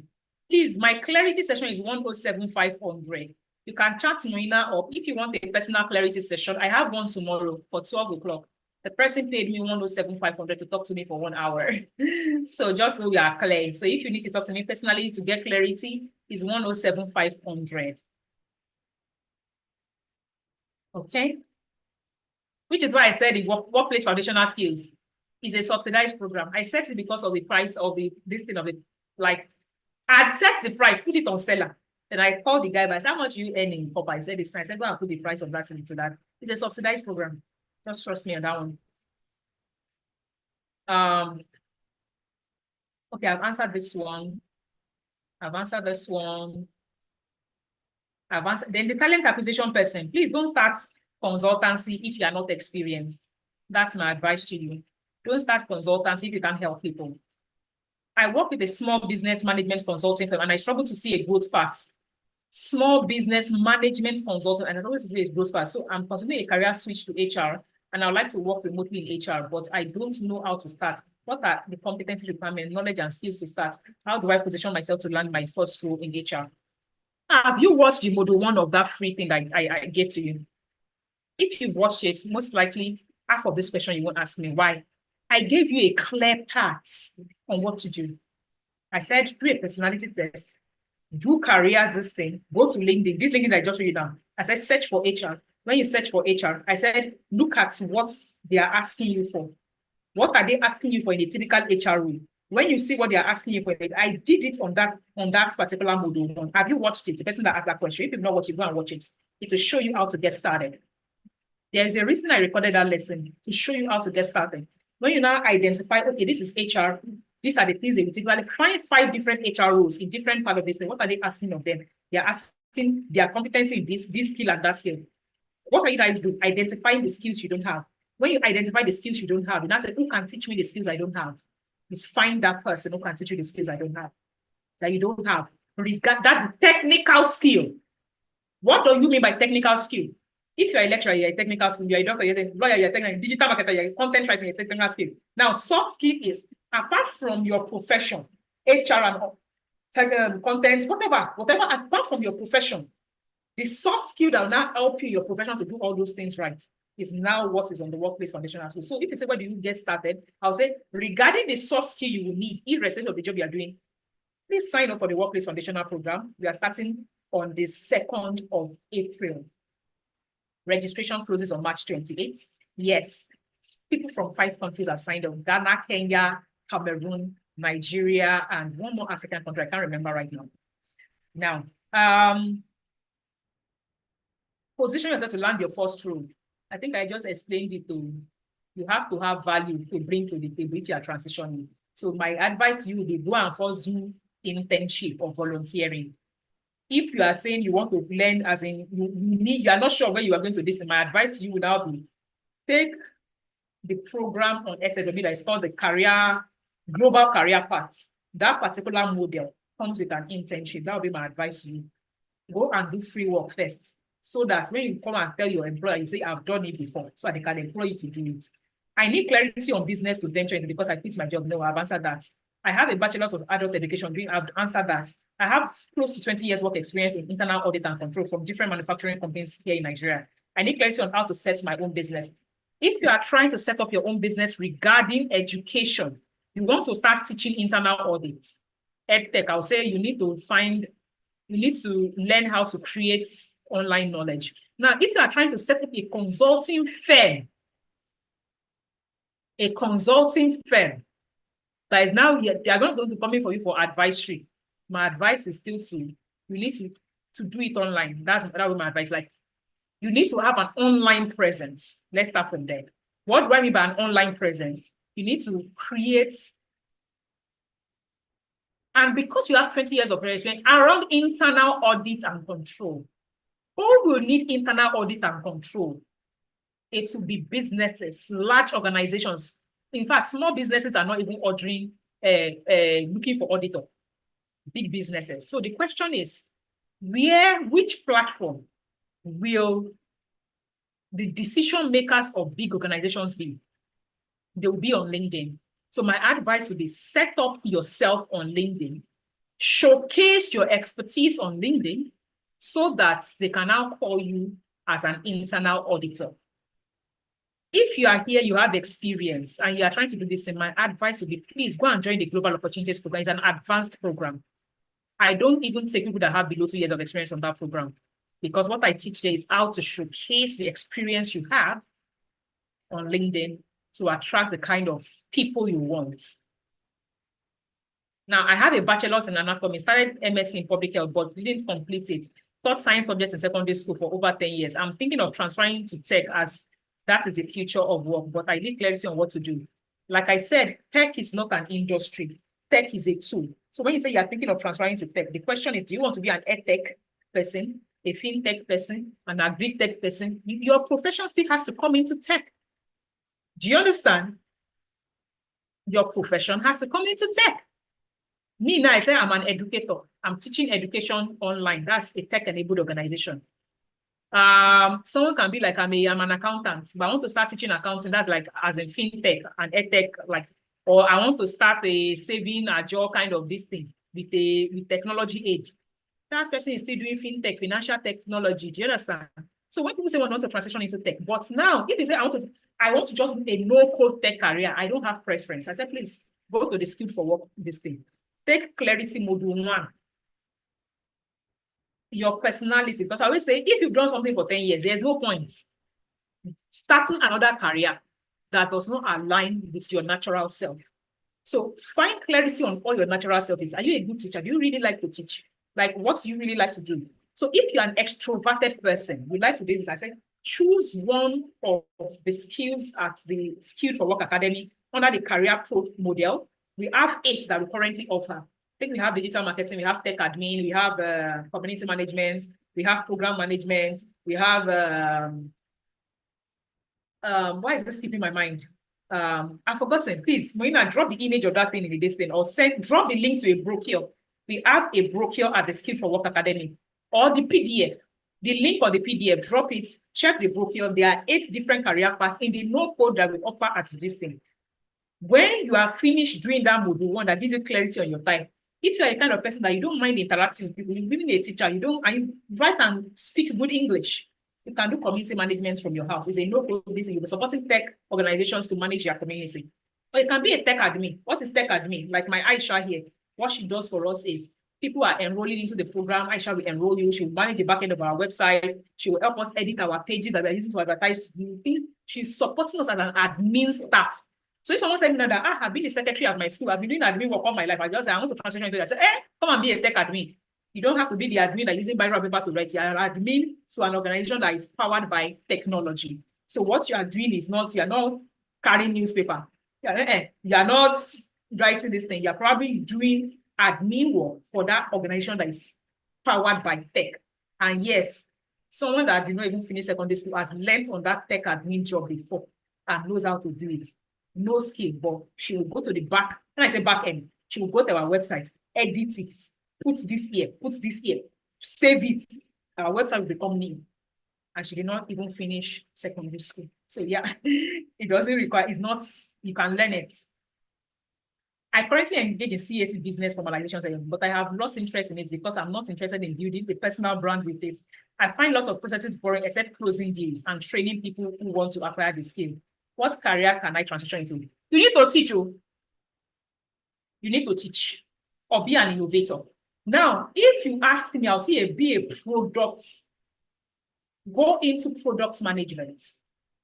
People that will get bored easily. Be a product innovator or a product manager. People that will get bored easily. We are happy when we are creating. When we are creating, or you can do digital marketing. Anything that has to do with marketing or creating or teaching, your blood will be boiling, you'll be happy. You know what? It is using your creative aspects. When you are sitting on digital marketing campaigns, you set it up to the like, hey, it is going up, it is going down. Like you live on the adrenaline. Like you like to create. So if you ask me for the thing you take as key for work, I would say, please register for digital marketing career pro version. There we have the flex. What's the difference between the flex and the pro? The flex, they will teach you the foundational skills. Everybody that is coming to the academy must learn the foundational skills. That is where you enter from. You will first take that one that is 37,600. You can now go and start adding on top of it, meaning I have the foundational knowledge, but I want to now build a career in something. And I say, oh, let me take digital marketing, let me you now add it. So if you add that one, that is what they call the flex, meaning soft skill plus one technical skill. That is what you call flex career path. Now, what you call the pro, which I recommend to everybody. Why?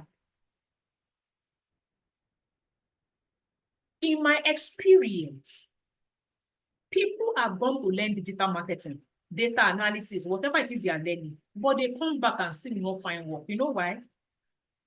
They don't still have practical experience. So here is what I did when I was testing my program. I said, let's incorporate on-the-job internship, meaning you are doing a real project that has consequences. Meaning, what is a real project that has consequences? It means that you are executing something that is in a business, and if you don't do it well, it has consequences for that business. You know the difference than doing a simulated one? When I put you on my project, for instance, or you are on a project in another organization, and I say, okay, create social media this thing, and you did not create it. The difference between when they give you assignment in school, in that digital marketing that you learned, and you did not do it, and when your boss gives you something and say, create this Facebook ad because you are starting campaign tomorrow, you know the difference? In a school, it will not cost me money. After all, you've paid me school fees. But when I give you that job to do in my business and you don't do it, guess what? I will unleash. Why? You not posting that thing means that people will not buy from me. And people not buying from me has a direct impact on my revenue. What do you think will happen? It means that the scenarios are different. So why somebody will still not employ you? Because they feel like you still do not understand. You may know the work technically, but you do not understand doing the work in a real work environment. When you do the work in a real life environment, what starts to come up? Priority. Some will tell you, prioritize that work. Your boss can give you 1, 2, 3, 4, 5, 6 work at the same time. It is now left for you to think in your brain, which one does she want first? Maybe it is the one she sent you last that she wants first. But when you are learning in that your digital marketing school, your data analytics school, they did not teach you prioritization because it was not work. Those are the small things I'm teaching on the workplace foundational system. The small thing that somebody will not use mouth to tell you, but your boss will expect you to know. Your boss will give you 5 work, will not tell you, please create a to-do list or create a this thing so you can do the most important one. They will not tell you. They will come back 2 hours later and say, wait, I say, but because you sent me that one 2 days ago, I did not know I was doing that one. Soft skills, life skills, you must be able to understand prioritization. Do you understand it? Which is why I said, for me, why do I recommend that model? I'm currently in talks with people from inside Nigeria and outside Nigeria. Say, do you have a project you are doing? I have people I'm going to graduate. by this time of the year. I want to place them on your projects. They will be the one doing the social media. They'll be the one doing the data marketing. They'll be the one, meaning that the orientation I would have given you on the program, you will deliver the work. Because beyond you learning the work, you must understand that if you don't do that work, you now want to come to us and say you are collecting reference letter. People believe referral letter than your certification. When an employer says, she has worked with me, I refer her, people will take their word over your certification. So when people ask me, why I say, I'm not giving you certification. I don't care about certification. I can give you paper to say you know it. Does you know it equate to you can do the job? What I'm trying to say, so far you have gone through that particular thing, there is going to be what we call an intern liaison officer that will be supervising the interns. As in, when I say supervising, they are interacting with the employer. Technically, that when I say employer, the people that they're going to be interning with, and this thing. And it will mean that they will grade you. Should you not pass, guess what? You're not getting that referral letter. Because I need to say that you know it and you understand how to use it to do a job and all the small other ethics that comes with doing the job. I need to be able to say that the person that is working globally or that wants to do global work understands that when they say a meeting is starting 10, you need to be there 5 minutes to 10. Those are the small things they don't teach you in the things you've gone to learn, that your data entry, that your data analysis, that your digital marketing. All that is what they did not teach you. The things that will help you succeed in that job, whether locally or globally, they did not teach you. Soft things, the small things. Now, so please, my dear person that you said you are finding, don't do operations. If you go and do your personality test, I can bet you, maybe you're an advocate. Since when you are creating, me now, you see this SLW that I've been creating, that I say I'm sleeping one. That is my personality type. I like to create. I like to innovate. The moment this thing becomes operations that we have launched it 1, 2, 3, 4, I'm no more creating anything. You see me, I'll start to think of the next project to get on. Like, I beg. It has turned to a boring thing. You now know what I would do. Because I know my weakness. I don't like to do boring things. I like to set up my own marketing campaign because I like the thrill of marketing. Let's put money here. It will multiply here. Let's put money here. It is keeping me creative. So till now, I'm the chief marketing officer of my organization because I like to create. So I have identified the things that make me happy. The one that don't make me happy, I've learned to delegate or outsource. Delegation means I have a staff. Outsource means I hire some. I hate keeping books. Do I know how to do it? Did I teach you how to do like the course I recorded today? I was teaching you how to use Excel sheets to do, like if you're selling a fabric business, you record your fabric. When you sell it, it minuses it. To do inventory, to do say, do I know how to do it? Yes. Why? I have a mini MBA. I've got the global. They taught me all these things. But knowledge is different from application. I have applied it in my business when I did not have money to hire people. When I have money to hire people, I cannot do it again. When it was end of last year, I said, Stevie, accounting, how much will you collect to do my book for the year? I have a bookkeeper on my team, but I need an accountant to do all those profit loss, all those annual business. I said, take money, do it for me. Can I do it? Yes. But will I do it? No, I don't like it. So please, that person, go and find things around digital marketing, find things around product management. Why product management? Product management involves innovating projects. You're typically managing products from conception to go to markets. That thing is a design thinking concept, but you should be doing that. Please, how do I access module 1? Please, Moina, answer that person. Module 1. Someone should type www.i3. Moina, I don't know, where is that link? Give me 1 minute. Okay, reply that person. I think that person was, who is that person? Okay.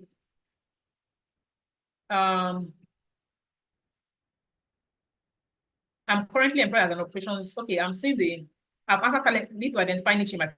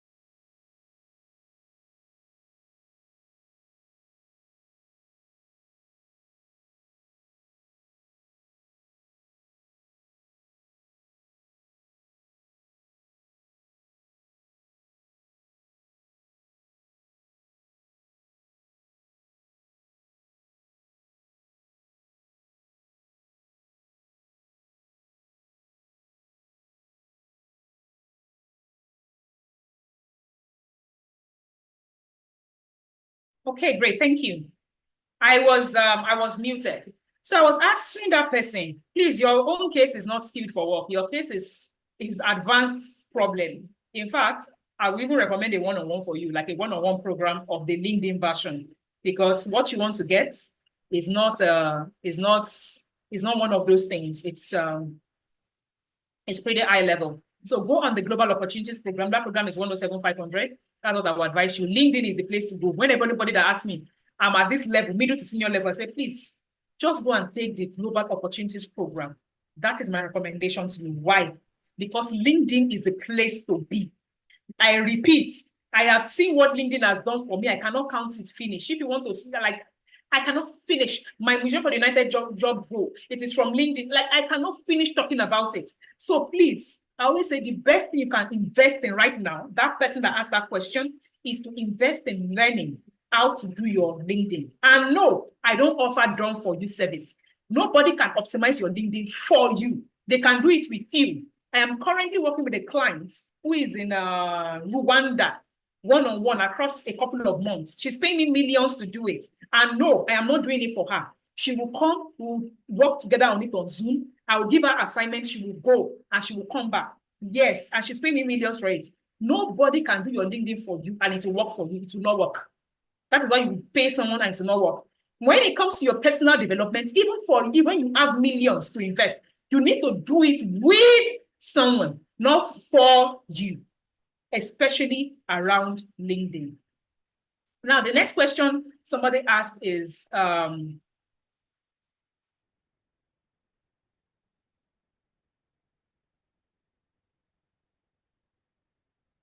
have a bachelor's of adult education and doing master's. I've answered that.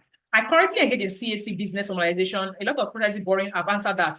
I have undergone study on digital marketing and my course is social media, but I have not done anything on this course. If you can help me move forward, which is exactly what I just answered now.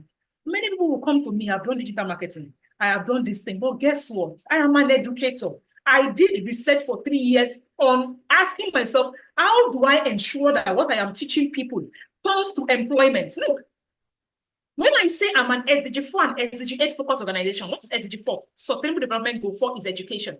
Sustainable Development Goal 8 is decent work and economic growth. My concern for starting ITRI in Africa is lack of employability of youth, not lack of education alone. If it is lack of education, we have gone to university, we have gone to school, 45% of us are still not employed. Think about it. It is not education that is worrying people. If it was education, there is free knowledge on YouTube now. So the question is, am I learning the right thing? Am I learning it the right way? Because you can learn the right thing, digital marketing. Did you learn it the right way? Maybe no. You learned the skill, technical skill. If you get 30/100 in school, did you pass? You got an F. Most of you that say, I have a technical skill, you have 33%. You have 33/100. You know why? What makes a learning complete or holistic is I have the technical skill, the knowledge, let's say digital marketing. I have the soft skill, meaning I have all the skills that I can sell myself. I can create a CV. I know how to communicate. If they employ me on the job and they say I should use Slack, I can use Slack. If they employ me on the job and they say I should use Google Drive, I can use it. It is not the job, go, but they will ask you to use those tools. Can you use it? That one is 30%. The skill you learn is, 33%. The skill you learn is 33%. Now, practicalizing the skill in a real world is another 33%. But you will go ahead and tell me, Ma, I have learned digital marketing, whereas you have still failed because how you learned it is not the right way. The first thing you were supposed to even learn was the foundational skills that will not support your digital marketing, that will now be used in a real work, whether it is a volunteering internship or whatever, to deliver on a project. Then you can now confidently go out and say, yes, I have learned, I have practicalized, I have worked for this thing, I have referral, see the work I have done, see my portfolio. There's people who say, yes, come, I give you money. Many of you have invested only 33% in your resources by learning a technical skill. There is a reason I used 3 years to innovate the product. I was asking myself, what are the elements that will make people get employable beyond the knowledge? I am an educator. Before I am a business owner. You need to understand this. I keep saying it over and over. What are you learning? Is what you are learning the right thing for your next step? Clarity is king. And there is something I showed you in module 1 of that course. I said, do skills mapping. Skills mapping, I showed you how to do it in lesson 3 and 4. I said, go. What do they ask in a digital marketing this thing? They say digital marketing, that to set up Facebook ad. They now say how to use Slack, how to use Jira, how to use this thing. All those other ones, they listed 10 things. The only thing you can do there is to set up Facebook ad, and you are telling me somebody should employ you. All the softer skills, how to use this thing. You must be able to work collaboratively in a team. You must know how to use Miro. You must have done clinical project. You don't do all that because you don't know how. That is your problem. So my advice to you, the person that said they learn digital marketing as a course, as a social media, this thing, my advice, go and take the Career Pro and Skill for Work Academy. That is my advice to you. So that you can do 2 things. You will learn the workplace foundational skill that you will need on the job. And you will now be in a real life project to deliver this your digital marketing, this thing. Then I can say, go and see no more. Do you understand me? Now, I am a ready business administration. I read business administration. I want to go for data analysis skills. Hope I will be able to profit from it. I can't say. Your career and what you read are 2 different things in today's world. I read chemistry. I'm a EdTech founder. I'm teaching you how to use tech and as in how to do skills. Are they related? People always think because they read something in school, so the closest thing to it, they will go and do it. I did it for the longest time. That is why I went on a MSc, I went on a PhD. Guess what? I was self-aware enough. After I got clarity in 2018, I knew for sure that no matter how many years I had invested in this, my chemistry, it is not my way. I don't want to do it. I pivot. I started again. Some of you are doing things right now because you read it in school.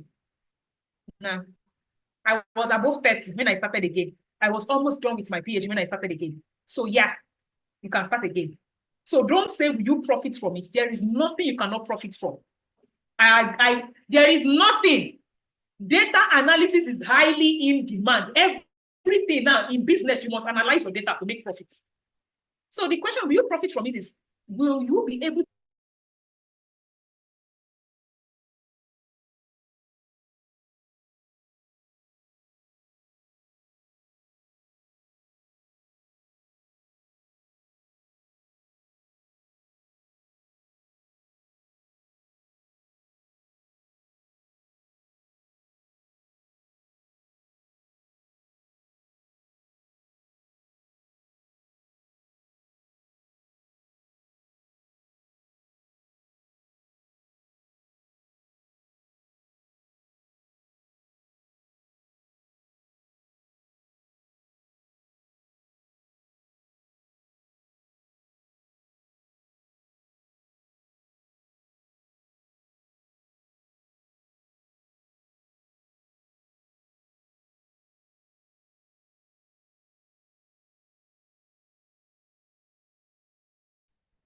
Okay, so I'm back.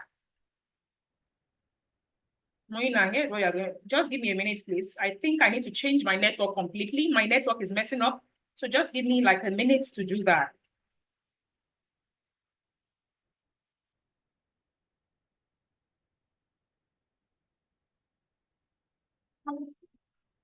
Huh? How you did? Yes. Okay. No, well, in case it disconnects again, I'll just connect to that one. Thank you.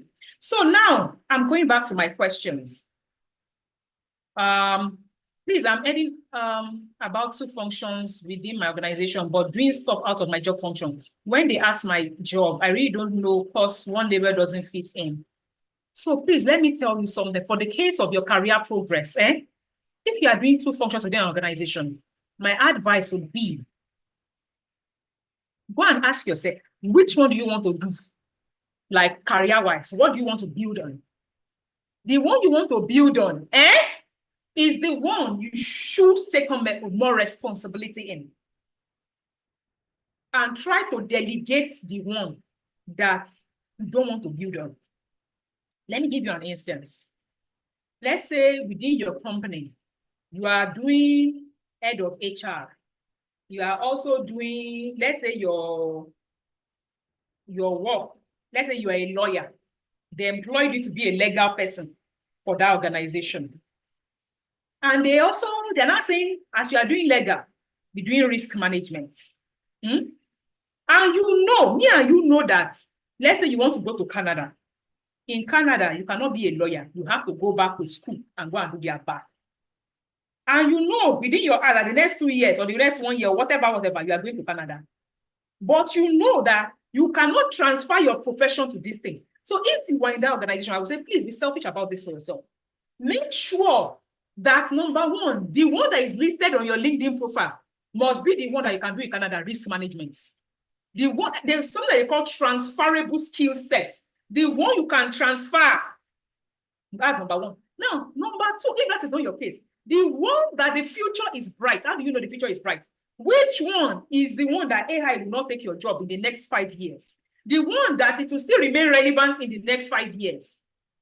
That technology will not take away from you. That is the one you should start making noise about. They gave you 2 roles, no problem. You start to tell yourself that I'm a this thing. I'm a risk management professional. I'm a risk management professional. Why? Because you know in your heart that the day you decide to leave that place, maybe to another country, you can conveniently present your risk management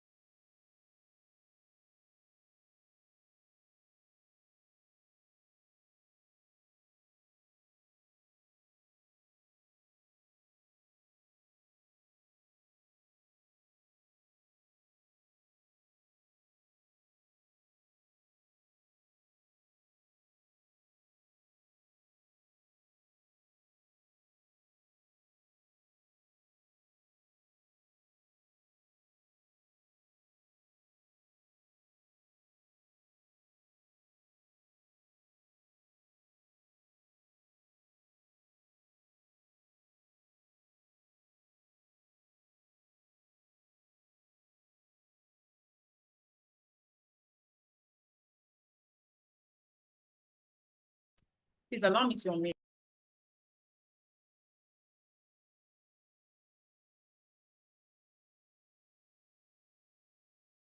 Okay. Okay, so apologies again.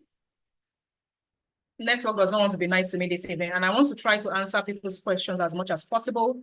By 5:45, we would end the poll. So I'm trying to see all the questions. So please, that fashion person, the determinant will be which audience you like the best. I know how to teach children. I hate to teach children, but I know how. Do you understand? I ran a fashion business for 10 years. I closed it down in 2020 during COVID, and I never reopened it. Do I teach it well? Yes. Did I do it for the longest time? Yes. But I felt I had a greater purpose to start by Train Africa, and I did. Do you understand? So ask yourself, there is one question my mentor does ask us. Mrs. Ibokwawuchika, she will say, at your 70-year-old birthday or your 70-year-old selves, if you look back at your life, what is the legacy you want to leave? So please, what that legacy would be should be what would determine your choice of career today. Do you want to be known as a children's teacher? Do you want to be known as a fashion teacher? So you already know what you like to do to teach, but you need to determine the audience. I'm answering your question. Okay. So I determined I wanted to teach. I also determined I wanted to teach adults, which is why I went to pursue a PhD to teach at the university.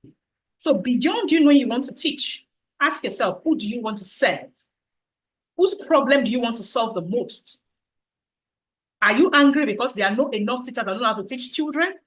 Like, you need to ask yourself, what problem do I want to solve? What do I want to live for? What do I want to die known as? That is the one that will determine what you choose. And that's my advice to you. Good evening, everyone. I'm Olo to Deborah. I want to ask, I will learn Skilled for Work before going for Workplace Foundational Skills. Skilled for Work is the name of the academy. Skilled for Work is the name of the school. Now, Workplace Foundational Skills is a program in the school, which is the starting program. The starting program is the Workplace Foundational Skills. So if you download our brochure, which Moina has put in the listing, you will see it there. There is Workplace Foundational Skills, right? Which is a program, the starter program. It is the what? The starter program. That is the one that, give me a minute. I want to share my screen so you understand what I'm saying. Skilled for Work is a school. There are programs, just like you go to school and say University of Lagos. Now say, will I learn University of Lagos? You don't learn University of Lagos. You will learn the courses University of Lagos offers. Do you understand? So Skilled for Work is the school. There are different programs at Skilled for Work. Do you understand? There are different programs at Skilled for Work. Now, the foundational one, which everybody must take, that must have, whether you're in business, you're in academics, you want to do freelancing, all the small skills that your employer will say you did not have. That is why they did not employ you, not because you don't have the digital market, you don't have the content. That is the one. The skill you did not have, but they will not teach you. That one is the foundation. It's called Workplace Foundational Skills. Some people call it job readiness skills. Some people call it this thing. So whatever it is they call it, just know that it is the skills that they will not use mouth to tell you that you should learn. That nobody will even tell you this is what you should learn. Do you understand? That one, that is Workplace Foundational Skills. It doesn't matter what you are going to do. You need it. There is somebody that watched the first lesson of that course 2 days ago. And she said that she's working. She's not looking for a job. But she knew that she was outdated on her job. And she wasn't even sure of what she needed to learn to upskill. So she watched that and she said, that she realized that most likely, maybe you're on your job, you've been doing, they say you should take stock of counting people, for instance, of counting how many people came to work. Maybe the way you've been doing it is to carry paper and you're an admin staff. This is your key to say, let me register for Skilled for Work. You know why? Because you will now learn that is an outdated way. There's a way you can do it. That if someone will say, this person, I cannot change her for work because she knows new things on how to do this job well. That is the one that you need. That's called the Workplace Foundational skills. That's the one that is workplace. So if that is your question, I think I just answered your question. It is what everybody needs that they don't even know that they need. That's what I always say. What you need that you don't even know that you need. Like it is until you now this thing. Like for instance, now some of you, you know you like to talk, but you don't like to type content. But if you talk, you are looking for. Let me show you something. For instance, I want to show you something in my drive. Right when I was recording that lesson 2 days ago, I'll just smile and say some people's problem. They don't like to type, but they can talk their content. But instead of them to go to Google document and click on tools and be talking and be document, where Google will be recording it, they will still be doing it the manual way. And you'll be wondering why me. I have 24 hours, usually I have 24 hours, and I'm using my own efficiently. It is because I have learned the small tools that will help my life that you don't know. Do you understand? I have learned small things that nobody will tell you. It is not in any school. They don't say it in the school. That is what me I know that you don't know, right? So the other question I'm going to ask, sorry, I jumped that. So this is the one, this is the foundational one. This is the foundational one that you are asking me about, that you learn skilled for work is the name of the academy. Then there are different programs, but the starter, where you start from. Some of you have gained access to module 1 of this course, where I say is the clarity module. So each module on it has like 5 lessons, 10 lessons, it doesn't matter. Like module 2 of this one now is going to have about 15 lessons. You know why? I am teaching from lesson 1 to lesson 10. I'm teaching you Google tools. I'll pick Google documents, teach you. Google Sheets, teach you. Like, and I'm not teaching you just click here. I'm teaching you in your work. This is the one. If they ask you to do this work, this is the one you will use. If they ask you to set up meeting for somebody, this is the one you will use, and you add it to the person's calendar. All those are supposed to just come and say, please, I'm having a meeting next week with my this thing. Can you please set up that meeting and make sure you add it to everybody's calendar? Then you start to look, hey, what is it talking about? Because what they employ you for is what? Tech admin. But you don't know that in a tech admin job, in this admin job, or in this administrative staff job, meeting is no more about writing memo and going to give Mrs. Ganiya or give Mrs. Muina and say, we have meeting next week. It is no more memo. When the meeting is happening is with his counterpart in abroad. Those ones will now be asking you, now say, or you now type an email. Okay, let me type an email and tell his counterpart. That you now finish typing an email. Ma, we have meeting at 10 o'clock tomorrow. Then your counterpart will reply you from a device saying, please, what time is that? Can you state it? Can you add it to my calendar so I know what time it is in my time zone? Then you start to look like an idiot. That is the kind of thing that we are teaching them. The small things that people will not tell you with mouth, but you need to know it. But you don't even know what you don't know. That is what we are teaching at the Workplace Foundation. As which is, I think, it's a must-have for everybody. Now, the next question I have here. Good evening. Good evening. I don't have a skill. I have interest in photography. I currently work as a marketer in the bank. I don't have luxury of time to get on the skill. What advice can you give me? You have to create time.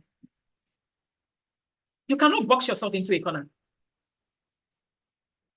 You will not learn a skill by imagining it. Just so we are clear. Let me give you something. In 2018, when I came back, in 2019, I knew I lacked the skill. Throughout 2019, I was in one program or the other, from January to December. And yes, I had a fashion business I was managing. Yes, I was teaching at the University of Lagos. Yes, in fact, I was on the very first edition of Women Pre-Nup Pitch It by Access Bank. I will leave my children at home at 6 o'clock in the morning. I will tell them they were 6. No, what am I talking about? They were 4 and 6. I will say, don't open the door. When the school bus owns, you open the door, right? I will go. I will get to the island at 8 o'clock. I used to, my teaching time, that time was between 2 to 4 or something like Unilag. I will go to that program from morning till, I don't know, whatever. I will take permission from that program. That program is to end at 6. I will go and teach in school. When I finish teaching in school, I will go back to Lagos Island. And I live on mainland. I'll go back to Lagos Island to go and complete that learning about business. And I will go home. I was doing that for about months. And I was on another program online. I always tell people that when you are ready to progress, you will figure out the time. Nobody ever succeeds by staying in their comfort zone. Let's be clear on that. If it is that you will strike a deal with the person in your neighborhood that you know has work, you say, guy, my guy, you're a photographer. You collect work every weekend. It's me that will come and be helping you carry your equipment. Let me give you 200K. On Saturday morning, I will resume. Any event you are going to, it's me that will carry your camera. And don't go to the one that doesn't go to the one that has work, that is always looking for someone to carry his equipment. Carry it. In the course of you carrying the equipment, one day you follow it and say, please hold this camera like this. As in, I'm coming. I need to go and carry. You just hold this light like this. Let me go and take that couple from that place. You started work. You started work. But to tell me you don't have time, something has to give. Something has to give. And it is time that has to give. They cannot learn skill in your absentia. It has to give. Now, Moina, is there... I can't see the other questions, so you didn't send me more questions, and that thing logged me out. So you admire my strength. Thank you. People always say it. I always say, you see me teaching, I've been teaching all morning. Do you even know I'm fasting? You see the way I'm screaming at the top of my voice? Right? And I'm still going to leave here, go home, feed my 1-year-old, do all the things I have to do, wake up again, cook sahur, and all. I don't have a living maid. I have a housekeeper that comes and goes. Do you understand me? Something has to give. Nobody ever succeeds in their comfort zone. I learned how to do tech in 2020. All these building landing pages, creating this kind of fanciful designs. I learned 3 years ago. Do you understand me? Something has to give. You cannot say, I want something, and you not invest resources in it. You not invest time. You not invest money. And you will give yourself all the excuses. It's because I don't have money. It's because I don't have time. That is excuses. I always thought, when I was working at UN Life, by the way, I gave birth to my son on January 1. The day I was having contractions overnight, I was writing my handover notes. I would have contraction 10 minutes. It will release me. I will continue to type on the laptop. I was saying, oh, Sasha, when you come, this is where this thing is. This is where that one is. Why? Because I committed to that job. I did not say the job was remote. After all, if I come, anything they meet it. Do you understand? You commit to your own success. You commit to your own. And there are some people, they'll finish getting job. They say, after all, I've gotten the job. Anyway, I do it. I guess what? Any day I decide to say, I want to start work again in global role, my antecedents precedes me. They will tell you that girl, she works. I was pregnant. They'll be doing team meeting. I will go for antenatal. I will join from the hospital. So that your photography, the first thing to learn is learn the theory. You can be learning the theory during your break time. When you are driving to work, be learning the theory. So that when you go on the job, the person is not just teaching you, camera shutter is here, scrolling is here. The person is not teaching you all those things again.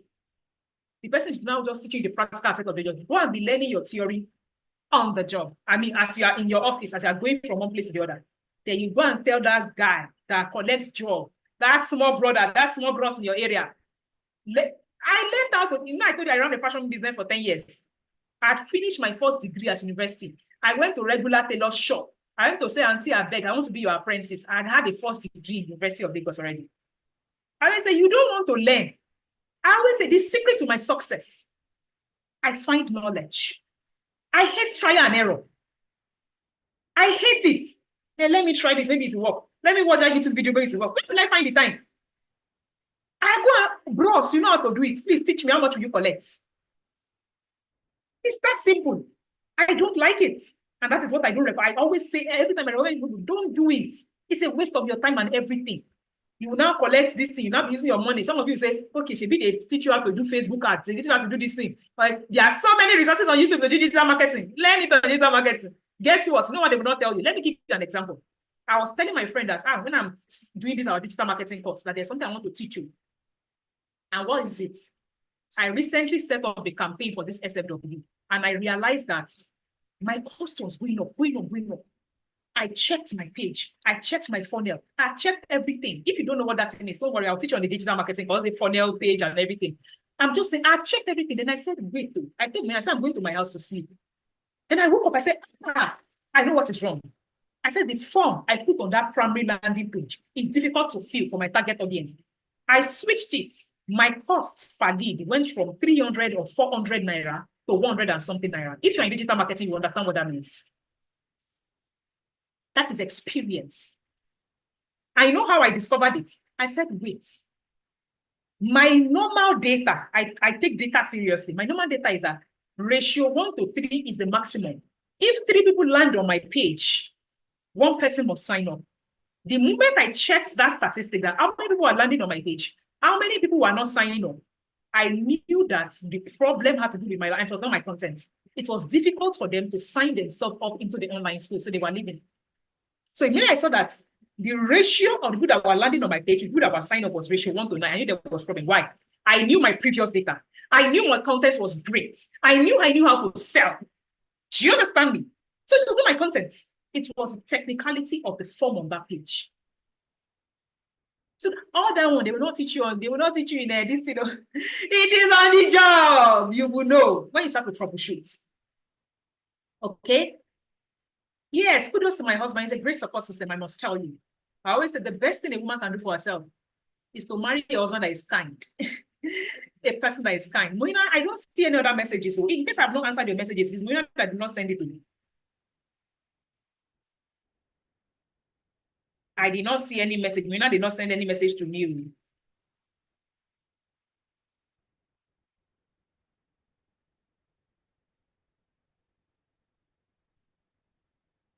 I've checked all the ones on WhatsApp. Oh. I've answered all the ones on WhatsApp. I can't see any message here. And because this thing logged me out, I can't see. So when Moina is sending you my your message that I've not answered, let me walk you through our programs at the Speed for Work Academy. Okay, she's sending the questions already. This one, I already talked about it. It is a foundational. Everybody must have it. You cannot be on this call and be telling me, man, let me go and learn digital marketing first. You will learn the digital marketing, you will come back because when you discover that you still don't know how to do the job. Digital marketing is only 33%. Soft skills 33%. Doing it practically on the project and that 33%. Don't go and have F9. I'm just telling you. I've given you clarity. I've shown you that that is where you start from. If you think I'm wrong, go on and ask people that have learned how to code, how to do digital marketing, how to do data analysis. Say, how market? Why are you still not getting the job? They will tell you, I still lack skills. What are the skills? They will not come back to the soft skills. All the small things you need to know that you don't know. That is what they don't know. Now, the second one, which I call the global career paths model. Why do I call it the global career path?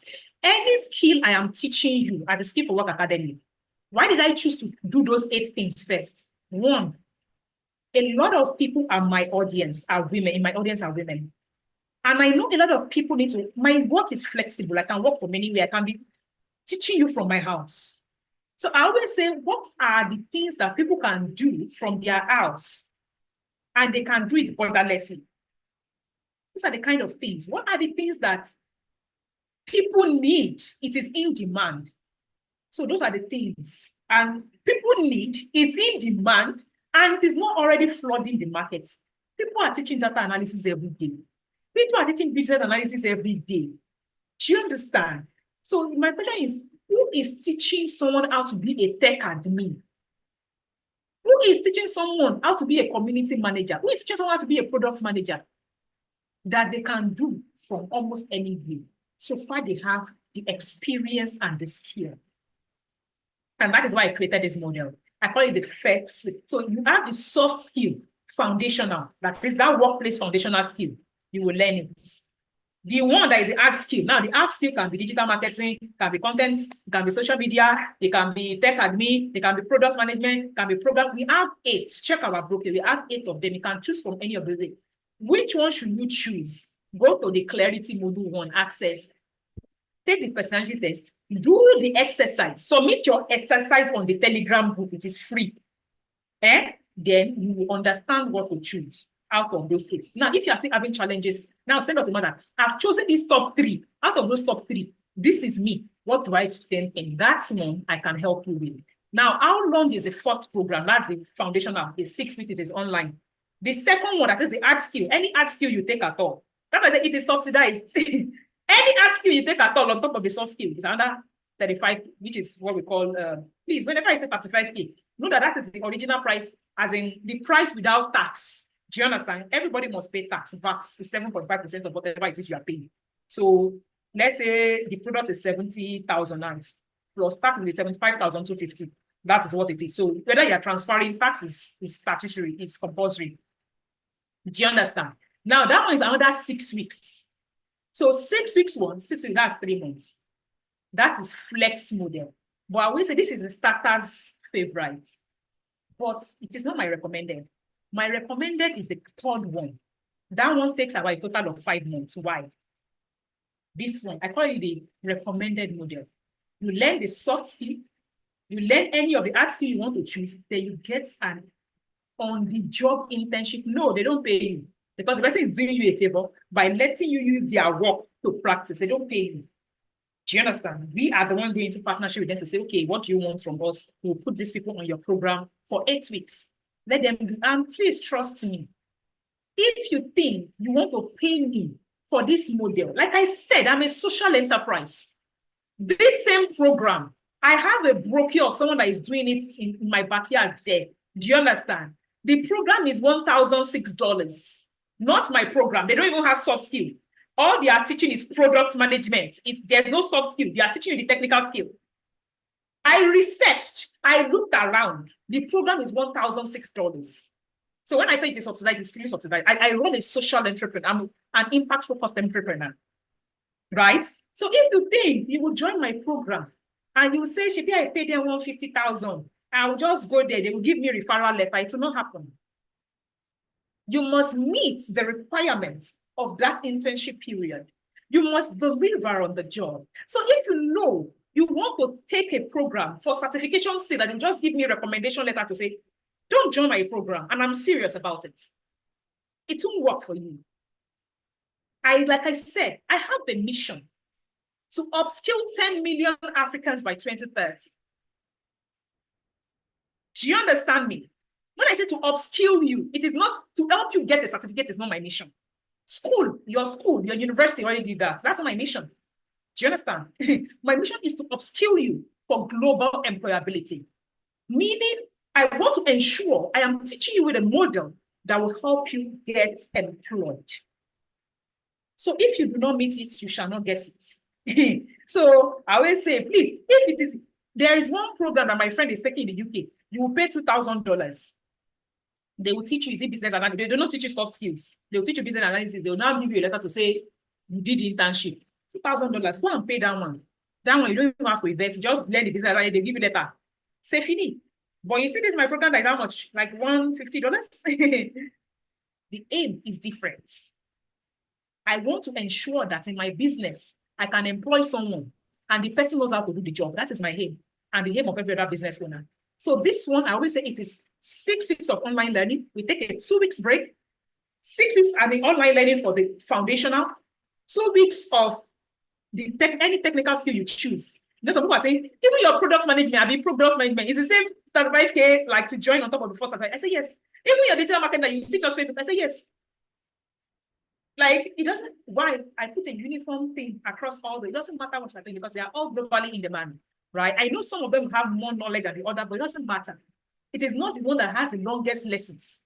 Man, why is it that digital marketing has 50 lessons? Our one that has 10 lessons is the same price. Guess what? I'm not selling lessons to you. I'm selling the knowledge that will get you the employability. I'm not selling you lessons. You should understand that first. The question is, if I teach you 10 lessons, can we help you do a job? Yes. C'est fini. That is what I'm after. Not packing fluff up. That program, I have someone that is going to teach you for 1 year. Me, that I tested product for 3 years to know the ideal length of time I'm going to use to teach. You think I'm stupid? I am that. Do you understand? Now, after they do 6 weeks, they take a break. Another 6 weeks, they take a break. Beginning of August, first working day of August, we place them on a project with us or with our partners. We are already talking. In fact, I talked to one of my partners in the UK, Futurize. I've been in partnership with them now for the 3rd year. I said, Jerry, anything you need, if you need to put interns on my projects, I'm happy to take them. I'm speaking to one of my partners. One of the advantages I have, which is I say, I'm a social entrepreneur, meaning that I use my network a lot. If you are here, you've ever attended GMT, you will agree with me. You know how many international people were there. Do you think I paid them? But I pull what I have. I pull my network to do what I need to do. Do you understand? So whenever I'm saying I'm doing something that's subsidized fees, because if I have to pay the amount that is due for the program to run, you cannot pay it. That's just truth. You can't pay it. So this one, I always call it an investment fee. I always tell people, I don't help those who don't want to help themselves. You must first want to help yourself. You must first want to develop by investing your resources, which is time, money, and whatever it is that there is. If you are not, and all you want to do is no pahala, and then you are ready to invest, we move. Do you understand? So that is how this one works. So the first batch of internship is in August. When is the very first one starting? That is the soft and the light skill, which we call the Workplace Foundational. It's starting April 2nd. Registration will close March 28th. When is the hard skill starting? It means after we do 6 weeks, we will end down in the middle of May, the soft skill. We will take a break for 2 weeks. We will start all the hard skills on June 2nd. That is, if you register for hard skill, like whether it is Flex or Pro, we will start it June 2nd. Then the third one will start, like after you complete that one, if you registered for this thing, will start August, first working day of August. The internship is 8 weeks. So that is what this model is about. Okay, that is what this. There are 2 other models. Those ones are on as in hybrid. It is, and yes, the internship, we are doing virtual internship placements. Some people have said, oh, I want to do, like, I want to come to, like, I stay near your hub and everything. Some people have said, oh, of course, we will take maybe a couple of these interns in our own physical hub, but most of our internship placements are virtual. We are also talking to a couple of people. I don't want to let their names out of the bag. When we finish compiling the list of our partners where you can, intern, we'll let them. But internship are basically because they're putting your projects, like their social media, they're doing a project, they're doing a campaign and things like that. You'll be doing the work for them. Now, somebody has asked, is there a flexible payment plan? Yes, but not on the first one. This first one that is 35K, that one, this one, there's no flexible payment plan because you pay us, we give you access to the online courses by April 2nd. It is not divided. And how do I deliver this to you? There are projects in between the lessons, modules. There is quiz that you submit on the community. So on the Workplace Foundational Skills, twice in that program, apart from the onboarding, twice, you will come on Zoom. You will get teammates. I will break you out into breakout sessions. You see that thing, how you say you are working in a team at work. I will break you out. Whatever it is you learned that I said you should do, you will do it in that breakout room. Like you are working with a team in your company, you will do that project. Do you understand? And if you actually assess, okay, you did the project, or this is where you need to improve on, the way your boss will give you feedback, they are going to do that. Now I said, you cannot pay for this program if it was not subsidized because we are putting a lot of resources, facilitators and all that. So yeah, we are putting in the work to ensure that it leads to employability, not knowledge alone. It is important. It is key. Employability is the goal, not knowledge acquisition.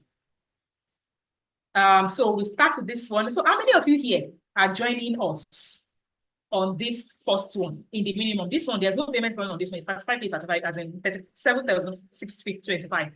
But on these other models, there's payment plan. It means that you can say today, let me first give you 35K for month one. At the end of this month, I'll give you 35K on top of it. I will convert to this career, this thing. It's fine. You cannot tell me, ma, I think I want to add that internship to it. That means whatever it is that is left, you cannot say, I want to pay it to convert myself to the third one, the career pro. Yes, we allow it, but you cannot take it. You can only pay within 3 months. How do I explain it? If you pay for career pro now, under 30 days, like within the, as in, all your payments must be complete within 3 months and before we render you the service. So let's say you are paid for the first one now, that is the beginning, right? This soft skill, as in this soft skill, you paid down, that's a soft skill, the foundational. And you say, I want to upgrade to Flex. You must have paid it before June, when that thing is starting. Now, you must have also paid before the end of June for the, what's it called? This thing. Why? Because you paid it now. All your payments, if you are, all you know, I want to end up paying you for pro. but I want to pay it 3 times, that kind of thing. Or I want to pay it 2 times. You must pay all the payments within 3 months. You cannot say, I took workplace foundational skill in January. Now I think you've now gone to do your whatever. You now realize that what I was telling you that time, that internship is skill. You now come in June, say, can I still pay you the balance? You cannot pay the balance. You pay the 150,000 naira again. Do you understand me? So flexible payment plan does not mean that you now go and come back. It doesn't work that way. So now let me go back to the question of this person. How can you pay? Moina, please drop them payment details. Someone is asking how can they pay. You can pay via transfer. If you want to pay for this model now via transfer, it is 37. There's even one thing I'm dashing people as a bonus, one ebook like that. If that ebook is going to be very, very good for a beginner. I called it the first 100 tech terms you need to learn when you are transitioning into tech. You know what I did? All the things that my intern did not know on the day 1 that they entered my org, that day 3, they now know it, or month 3, they now know it. I asked them to join it together into an ebook. Because you know what? You want to enter into tech. Somebody will tell you, when you now get to that landing page, I said, I always tell teachers, do you even realize that some people don't know all these terms you are saying, they don't even know it. When I started in 2019, I wanted to build a website for my fashion business. I went to a website developer. He said, Ma, how many pages website do you want? I said, pages as in how, book? I did not realize a page what a landing page was. But people will be throwing words around. Think everybody understands. I say, you people should think like a beginner now. I remember very well what I did not know when I started. In that sales funnel, I said, can you even tell them what a sales funnel is? And in that, your sequence of email marketing, I said, someone that doesn't even know what email marketing is, can you define it first? You people should be thinking like these people don't even know it. Help them. What is a beginner? What do they not know? I now wrote that book that the first 100 tech terms you'll be hearing people throw around in the tech space, landing page, the bio. Do you realize people don't even know what a bio in Instagram, bio, when you say click my bio, they don't know what a bio is, and you'll be saying, when you get to the bio, you click it. Say, they don't teach this thing people in school, they don't teach it, please. Small, help beginners. Do you understand? Now, someone said, I did maths, BSc, then PGD. Masters in Education Admin and Planning. I don't want to be a class teacher.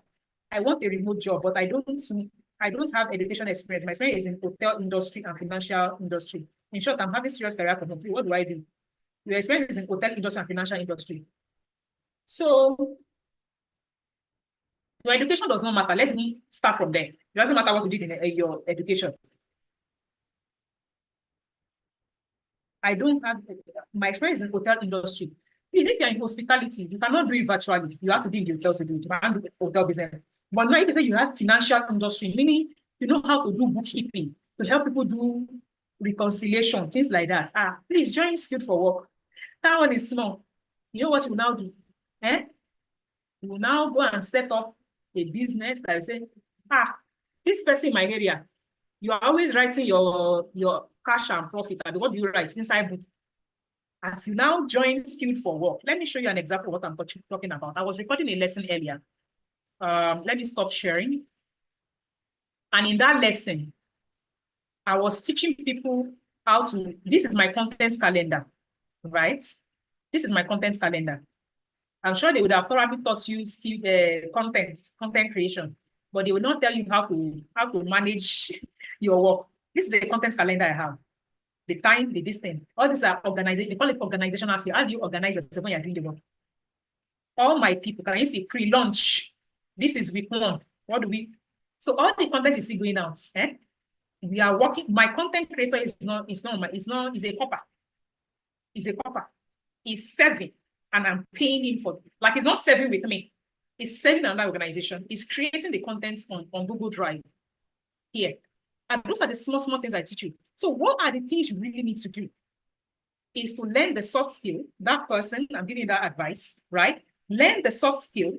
When you finish learning the soft skill, okay, now I'll pick shared with me. You know what I'm picking shared with me? That person created the contents on our other Google Drive, and I'm looking for it. I don't know where it is. So I'll just say, okay, let me go and find it. This guy shared it with me. So all these small things. Who is teaching you? But you need it, but you don't even know you need it. So what I would advise you, if you have financial knowledge, go and help people to use it to solve their small business. Go to all your street members that have all these supermarkets. Okay, they write your book for inside laptop. Why they snap your book? Give me. Let me come and be snapping your book every week. I'll help you to be putting it inside laptop. Okay, nobody will steal from you again. All those your shop boys. Because by the time they tell you, I'll put it into your book. I'll give you link. They'll say, I don't even know how to use link. They say, come, okay, let me teach you. I will create a Google email for you. I will create a Google Drive. I will store it inside Google Drive, like this thing that I'm showing on, like you are seeing my drive now. I will store it inside Google Drive. All I need to give you link. You will just open that Excel sheet. Wow, God, you will see it. You say, so they will not steal from me again. And that is why I say, on this workplace foundational skill, I'm going to teach something. Design thinking. Why? People need to know how to market themselves. People know what they are selling. I will not go to that guy and say, I they sell something. Give me your book and go help people. No, I will not do that. I will say, sir, your boys, are they stealing from you? Say, how you didn't know? I say, the problem is, what if I teach you something? I help you do something that anywhere you find, you need to go to your village. You can be seen as your stock is reducing in your shop. You say, you can do it. Yes, now let me show you. And I say, this thing, me that I know that your dad would not learn it. He's too busy. Let me show you this thing now. I did something earlier. Let me show you what I did. I think I did something earlier. I don't know where it is. I opened it earlier. I don't think it was on this drive. It was not on this drive. Let me go to my recents. I don't know where my events marketing, inventory. I think it's this inventory. It should be inventory. I did it on Google Sheets. Yes. Like I said, I don't like book, but I do it well. Why? Because I have a fabric business I run. Let me show you something. This template now, I created it for my fabric business. Meaning that whether I'm there or not, if they edit this thing, look at this title. They said quantity left week 1. How many yards is left in week 1? 3.5. What is this title here? Let me zoom it in so you can see what I'm saying. 150. This says my inventory was value. How many yards is remaining in my inventory? Inventory, the number of yards, 3.5. How much is it per yard? 1,000. How much is my inventory value? 3,005. I now put here. Can you see it? Quantity left in week 1, 3.5. It means that quantity sold, let's say in that week 2, they now sold 2 yards. I have put this Excel sheet in such a way that if I type 2 here, no, it's not this. It's not this one. I think this one. This is not the one I'm looking for. Can you see it? It's the one. As I type 2, what happened? This one reduced to what? 1.5. If I change it, that it's only 1 yard I typed. This one reduced to what? 2.5 automatically. That is basic use of Excel sheets to run with what? Fabric business. I can decide to go and say, oh, this is my fabric. In month 1 of January, how much is it worth? You know what I will do? I say I have 8.5. I can decide to come. How many yards in total? How many yards in total do I have in my shop? All the fabric, doesn't matter what it is. How many yards do I have in total? You know what I'm just going to do? I will come down here, do summation. Like this column is equals to, it will carry the entire column for me. Can you see summation? E2 to E713. I click on enter. It's telling me I have 3,897 yards of fabric. The small things. Go and render it and say, hey, are you serious? And I can share this sheet with you right now. I say, this sheet, I'll click on share. I recorded this lesson, was it yesterday or today, on the workplace foundational skills. So beyond me teaching you the skills, I will say, as a business owner, this is how you will use it. In the workplace, this is how you will use it.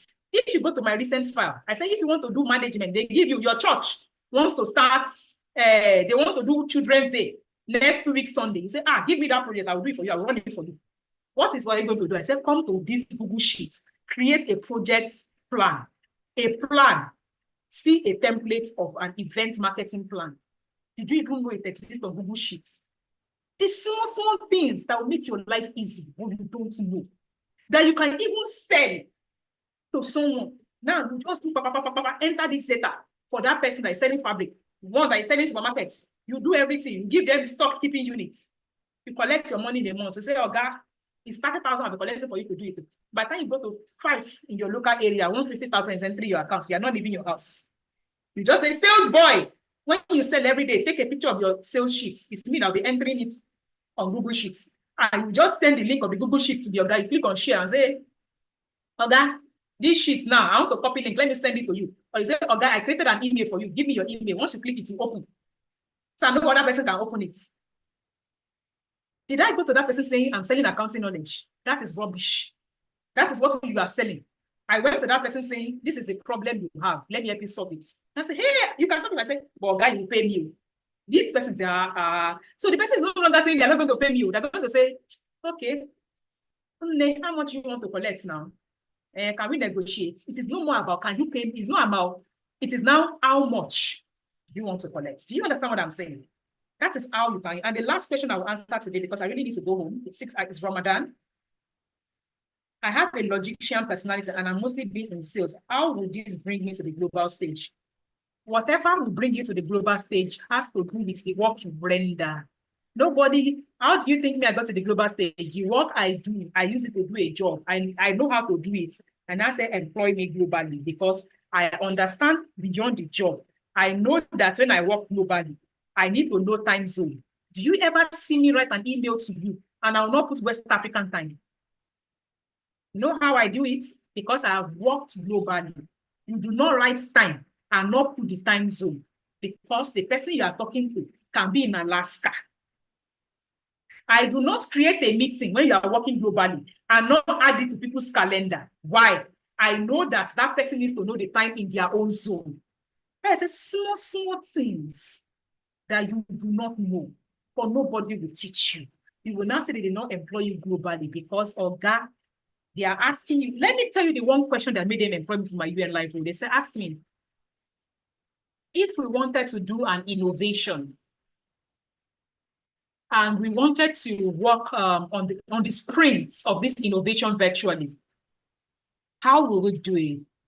No, not virtually. I said, I wanted to work on the sprint of this innovation. I said, oh, we will have to use sticky notes, create these boards. That experience, I got it from Unleash, a vocational thing I registered for in 2018.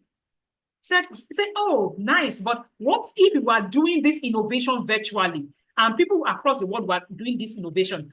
What tool will you use? I said, oh, that's easy. I said, we'll use Miro because it's a collaborative tool. That was the end of my question.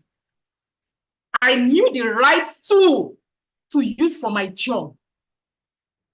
Again, I knew the right tool to use for my job. Got me a job with Museum for the United Nations. At that point, the interviewer was sold. Did I say I knew the job? I knew the right tool to deliver the job. I interviewed a lady last week. I was asking her about project. I said, what project management this thing? I said, what tool will I use if I have to do this? She said, she had no idea the tool to use. But she coordinated things before, yes. What is making some of you not get that global job? It's not because you don't know the job. You don't know the other things that will help you deliver on the job. And that is why I've brought the good news of Skilled for Work Academy and the Workplace Foundation as it is a must-have. Because I am drawing from my pain that happened to me. I am drawing from my years of experience of teaching at the university. I'm drawing from my years of experience of designing this product across 3 years. I have been to 5 continents. I have been to 3 innovation labs. One in Singapore, one is Ayada Franco German Innovation Lab. I know the process and I have worked globally. When people say, I cannot employ a Nigerian, they are not saying they cannot employ, they are saying they cannot employ a Nigerian because they don't have good work ethics. They don't come to meetings early. They don't reply emails when you email them. They don't know how to use Google too. They don't know how to research. That is what they are saying. Not because they hate you. They are telling you all the things you don't have, but you don't realize what you don't have. So on that note, we have come to the end of our first clarity session. Now, if you want to have a comment, not a question, I'm not taking a question again. Please, I really need to go home. If you have a comment at all, you can use the raise hand button. You know what I just said now? Someone will say raise hand button. How do I use the raise hand button? Some people don't know. One of the things I'm teaching on the Workplace Foundation now is I say how to use Zoom. How to use Zoom well. Some people say it's not basic for some people. Mandy Ogbaje, please unmute yourself. Hello. Hello. Good evening, ma'am. Good evening. Yeah, I'm so excited to be in this class. Thank you. Thank you so much. I love the zeal, the strength, and so on. So, and like I mentioned, I would like to join the class, but I need to take that first free class, and I want to do that tonight. Yeah, and I've been a teacher for 13 years, an English teacher, but I really want to go into online teaching. So I will join you. I will really join you. Thank you so much. You absolutely can. Like, just need to know the right systems to put in place. Like, people will be paying you. You're not even leaving your house for teaching. I have a friend. We did one program together. I can't remember. Check her out on Instagram. She's iPrep, HIPREP, iPrep.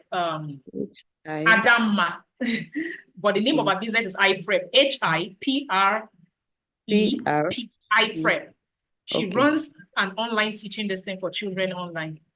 She's employing people. Do you understand? We say it is what you don't know is like anybody can change your own story anytime. They just need to know they have the right information, know the right tools to do it, and which steps to follow to do it. Thank you. You're welcome. I don't see any other hand up. Is there any other wants to say anything? Please, no questions. We have another career clarity session on March 26th. So you can join that one also. Please, Okpara, Ocha, Oge, something. Yeah. Okay, yeah. Good evening. Good evening. Okay. That's Ogechukwu, that's my name. And thank you so much for the session. The energy is unmatchable and it drives me like, seriously. So I'm actually a pharmacist by profession. And I've come to such a stage in my career that I'm looking at what's next as I get older. You know, I'm in my 50s, I passed the middle line somehow. So I've been doing some ad hoc learnings here and there. Like when you kept talking about data analytics, I said, this lady is talking about me because I've gone into it more than once, Python, Excel, and all that. But there's no practical, there's no application. And then again, I still see some foggy scenario around my clarity. Maybe I'm not using the right word. What line do I toe? So I'm the one sending message from time to time. Please, I need to talk to somebody. I need to get a one-on-one discussion with you, if you do not mind, because I really did not want to come open like this. If not that, maybe this is just an opportunity for me to say that. So I wanted to be private in my discussion with you so that I would channel a course, and I know it will come with a cost, and by the grace of God, I should be able to do that. So I want to, my greatest dream is to see a vacuum that IT will fill in pharmacy practice. And when I mean that, it may not already be in Nigeria, I'm looking outside. I want to see an opportunity that I can delve into, and that will give me a more relaxed older age practice. I don't know if you get my point at all. I totally get you. I do. Okay. So I wouldn't mind if I have to talk with you. I wouldn't mind if you tell Madam, pay like this because you're talking to me, so that we come on a page, a page, and then you advise me what next to take with your courses. Please. My advice would be take a clarity session. Like I said during the course of this, I said somebody paid for a clarity session tomorrow. A clarity session is like 1 hour, is like 107,500. So what I always advise them to do before they come for the clarity session is to list out, because I don't want someone coming to a clarity session to be thinking of what, like, how do I explain it? They will waste their own time because the time is limited, right? So I would say when you are coming on a clarity session, you can itemize number 1, number 2, number 3. You say everything at the beginning. I say, okay, this one, let's do this one like this, let's do this one like this. Do you understand? So that would be my this thing, as in you need to book a clarity session. Like I said, it's 107,500. So, and I already understand what you are trying to say about, as in you are getting to a stage in your life, you need to see a vacuum. Like I said, you don't create anything when there's no vacuum, when there's no gap. You won't sell. You will struggle to sell it. You will struggle to sell it because there's no vacuum. Nobody needs it. People, okay, right now, you are going to pay me for a clarity session. Why? Okay. You have a problem. You need clarity. Yeah. Why did I build my entire business around clarity? Because I know that people's biggest problem sometimes is not paying for a course, is knowing what to pay for. Because they are not sure of the next step. So in every program I build clarity into it. So I know people will pay because they say, somebody took our clarity module last 3 days ago, and she wrote on this and said, I wish I knew this 14 years ago. Some people have been doing something for so long, but that is not what they should be doing.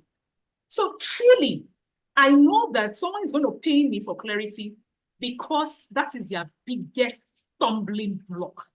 If only they could just get clear, they will start accelerating. It happened to me. So I started accelerating the moment I was clear about where I was going.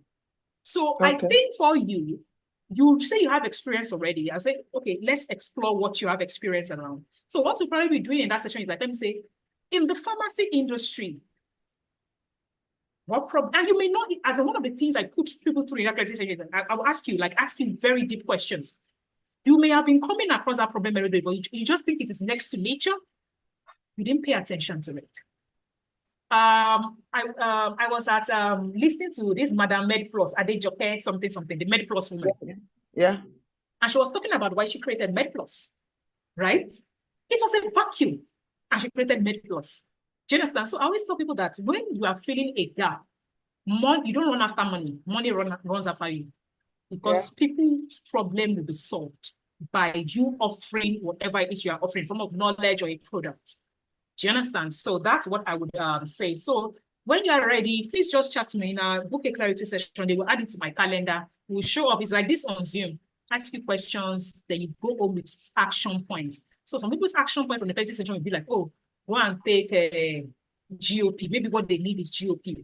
Maybe what they need is not even any of my courses. There was one of my clients that came to me and I said, she was on a program with me and I said, I need to connect you to Mrs. Ebekwawoshika. You need to go and take this program. Because I knew that I didn't have that thing she needed in my portfolio. So that is, and she was an executive. She's an AGM at the bank. Do you understand? So she knew she needed clarity regarding what she needed. So she came and I said, go and do this, you know, and I did for her, she was on a coaching program. She was on a long-term coaching program. So it was like, I say, in October, we are doing this, in November. So I crafted a life course for her that will span across the time, right? So some people's thing, clarity session will lead to that and say, what you want to do, you will need support for an extended, and sometimes I say the extended support you need is probably not even me, or it may be me. I'm just saying, like, clarity session is basically like, this is what you should be doing, this is what you need, and this is what you will need to get there. That is what clarity session is about. Okay, so I do that because I already have someone who used to respond to me on WhatsApp. Is that the same number I should go ahead to when I'm ready to? Yes, please.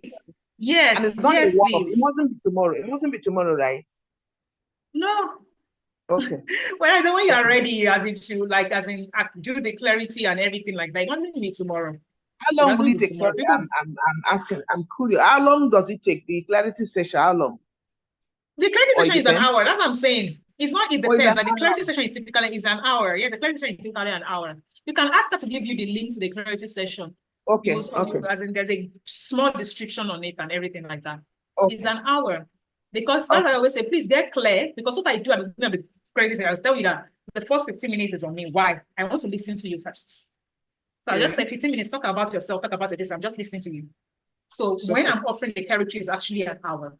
So when people know as in bring their problem in full, like, you'll be surprised at how much you can cover in 1 hour. It's fine. Yeah. Thank you so much. I'm grateful. You're welcome, ma'am. Yes. Then Adiola Abiodun, please speak quick. Hello, good evening, ma. Good evening. How are you, Adiola? I'm fine, ma. And thank you very much, ma. I would want to appreciate you first because the clarity session for me, I had a boss who I had worked with, and he had already, when I was employed, he asked us to take like a clarity session, like the personality test at that time, but I didn't understand it. But he didn't explain, he just used that to employ me. So now I understand why he did that to employ me then. So I'm a teacher and I'm sort of getting more clarity, knowing what I need to do. Because for me, my area of strength as a teacher is helping SS3 students find purpose. As in, okay, why do they want to take this course?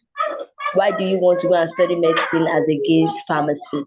And really, like the free class I must say, the free class you gave, I'd gone to school and I've taught my students everything.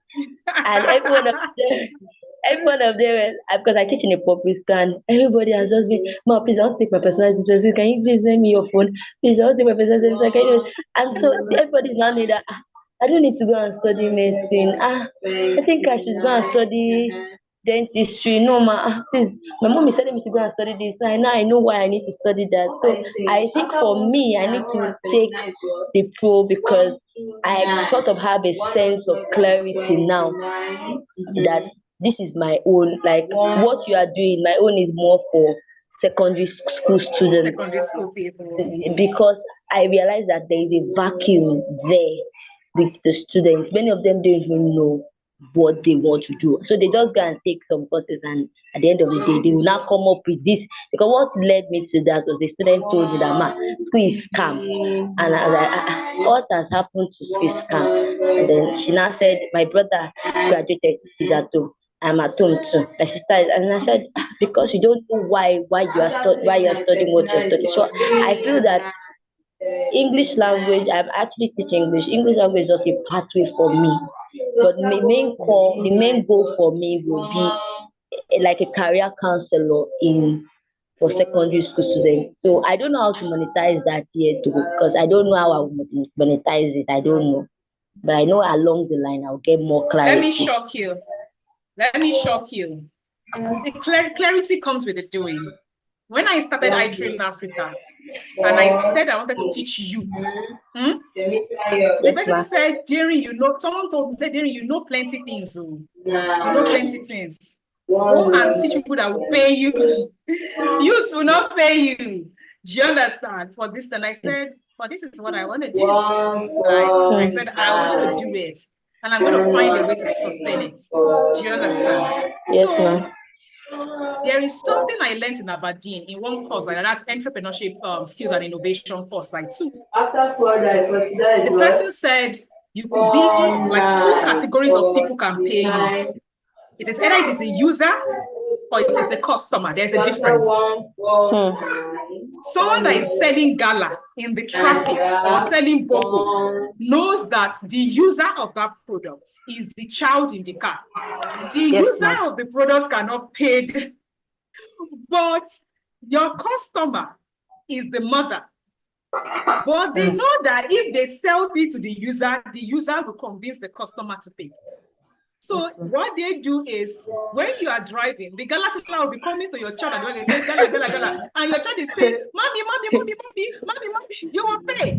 So there are two different people. When you are selling a product, that you have a user and you have a customer, always ask yourself, who has the buying power? The person that has the buying power and the person that is the user may be two different people. So in your case, the person that has the buying power is the parents. So it means that your marketing message needs to be crafted towards the parents.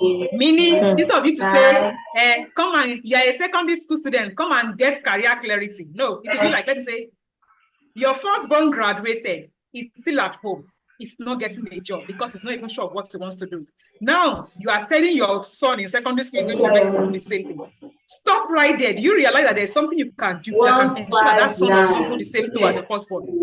That mother that sees that message, you say, auntie, come. What are you talking about? But the person who use your products cannot pay you. So you need to understand that in some products, there is a user and there's a customer. Yes, ma'am. Two different people. Yeah. Thank you very much, ma. Thank you so You're much. welcome. Thank you so much. You're welcome. So the last person, Chinwe is the last person. Unfortunately, I need to go. Chinwe, please, 1 minute, I need to go. Chinwe. Yeah. Hello. Good evening, ma. Good evening. Good Yeah. evening. Please go on. Yes. Thank you. Thank you very much. I'm sorry for my background. My neighbor's generator can be quite noisy, but I'm trying to go into a place that is not that noisy. I hope it's not too disturbing. It's okay. Please go on. Okay. Thank you so much for this opportunity. In fact, when I saw the ad on Facebook, I I just decided to click, and then I went through the free course, and I was blown away. I was blown away because this is actually what I've been looking for the past 14 years. You will not imagine that. Yes, it's that serious. Yes, it's that serious. I remember 2010, yes, 14 years. I studied law, but it didn't take me a long time to discover that this is not what I wanted to do. I started my law practice as an intern, and 6 months down the line, I just told myself, Chinwe, if this is what I'm going to do, you're just going to end up in a bad way. I knew it wasn't me, and I resigned. So it was a case of, okay, what next? What next? And I was in that state. I remember trying to get career clarity then, and the organization I went to then, they didn't even give me, I didn't even have the money to pay then. And there was I wasn't even giving audience or even giving free clarity call. They didn't even look at my face when I came to that office. In fact, I left more confused. And ever since then, I have not been fulfilled career-wise because I still didn't go back to law practice. I already knew that 2010 is not for me. So I didn't even want to try again. Till tomorrow, I still don't want to try again because I knew it's not for me. But the issue now became, okay, what is it that is it for you? And when you have the pressure of, you're out from school, or you must earn, no, you must earn, no. When you come from that kind of background, this one where go Lagos, come back saying they find clarity. You just have to keep hustling from one hustling to the another, from one hustling. Try to hustle and make money. It was this year that all of a sudden, okay, I'm the one that mentioned that I do CAC registrations. These are more of the not too technical part of law practice that we had to learn that time. And as long as you can do it for some, you can make money out of it. But I entered this year, I actually didn't feel like doing that hustling life any longer.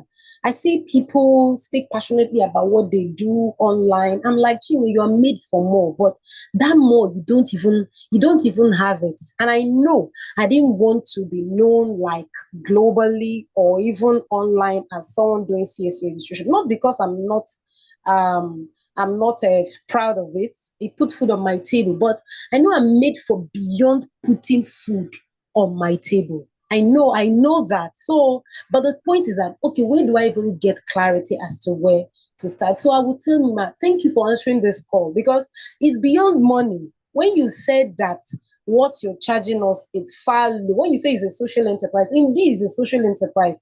I know people that are doing something that looks like it, but their own is not as encompassing as your own. Because when I look at what you're doing, it's not a case of just putting together a few courses, pay me and take money. No, this is a collection of a program that is transformational, taking someone from a place of obscurity to a place of where you're like, okay, this is the light. So I would say thank you. God bless you. But when I tell you that this is what I've been looking for 14 years, you understand what I'm talking about, from that far I'm coming from. So I'm also in fact, what I got now, I'm already thinking of making drastic changes in my life, changes that I never even thought I'm going to make. It's going to bother I'm telling you, it's going to bother me to, relocation, a whole lot of things is going to come out of it. And I'm really working towards joining the program. I also want to know if you have an affiliate program, because I know a lot of people around me that are hustling. They are not living, they are not impacting. They just had to do something to put food, put food on the mouth. And it's a vicious cycle year in, year out. So I'd like to know, do you have an affiliate program that one can really, although I asked my friend, I told my friend about it, and I think she should be on this program. I sent her the link. But generally, I want to know if you have an affiliate program. Yes, we do. Like, we don't advertise it. Let me put it that way, as in, well, we do actually have an affiliate seller. So we create an affiliate link and all that. So you can just chat Moina up and she will like just basically tell you how that works and everything like that. So you can sell and get your own commission on whatever it is that we are offering. So yeah. Okay. All right. Thank you so much once again. God bless you. Thank you so much, everybody. Unfortunately, I have to go. It's really late at my end. I have to go home. Mr. Clement, I know, Mr. Clement. I know your hand is up, but I really need to go, Mr. Clement. It's late at my end. Really late. I really need to go. Can I chat you up somewhere in WhatsApp? There's something very important that I have to make a decision. I have to discuss it to make a decision. Please chat us up on WhatsApp. I saw your hand up and I saw you coming on video. Yeah. Okay. Yeah. Thank you so much. Thank you. We will do this again on March 26th. And I hope to see you people here on the program, not even before this thing. I want to pay for this LinkedIn program, but there's something that is hindering me from doing it because of peculiarity. So I saw the opportunity to discuss with you today, and that's why there's something hindering me, because I don't have that tech. What am I going to put on LinkedIn when I've not find out what I really want to get to put in there? I have a PhD in human experience. Yes, I've had about 7 years experience in human nutrition as a PhD holder, but don't worry. So the first part of GOP, the very first part of that course is brand clarity. You know, I said something. I'm very big on clarity. Yes. What is the point of teaching somebody something that they cannot put to use because they are not clear on the message? Today that I'm getting to know this, can I still go in for it? Yes, please, you can go in for it.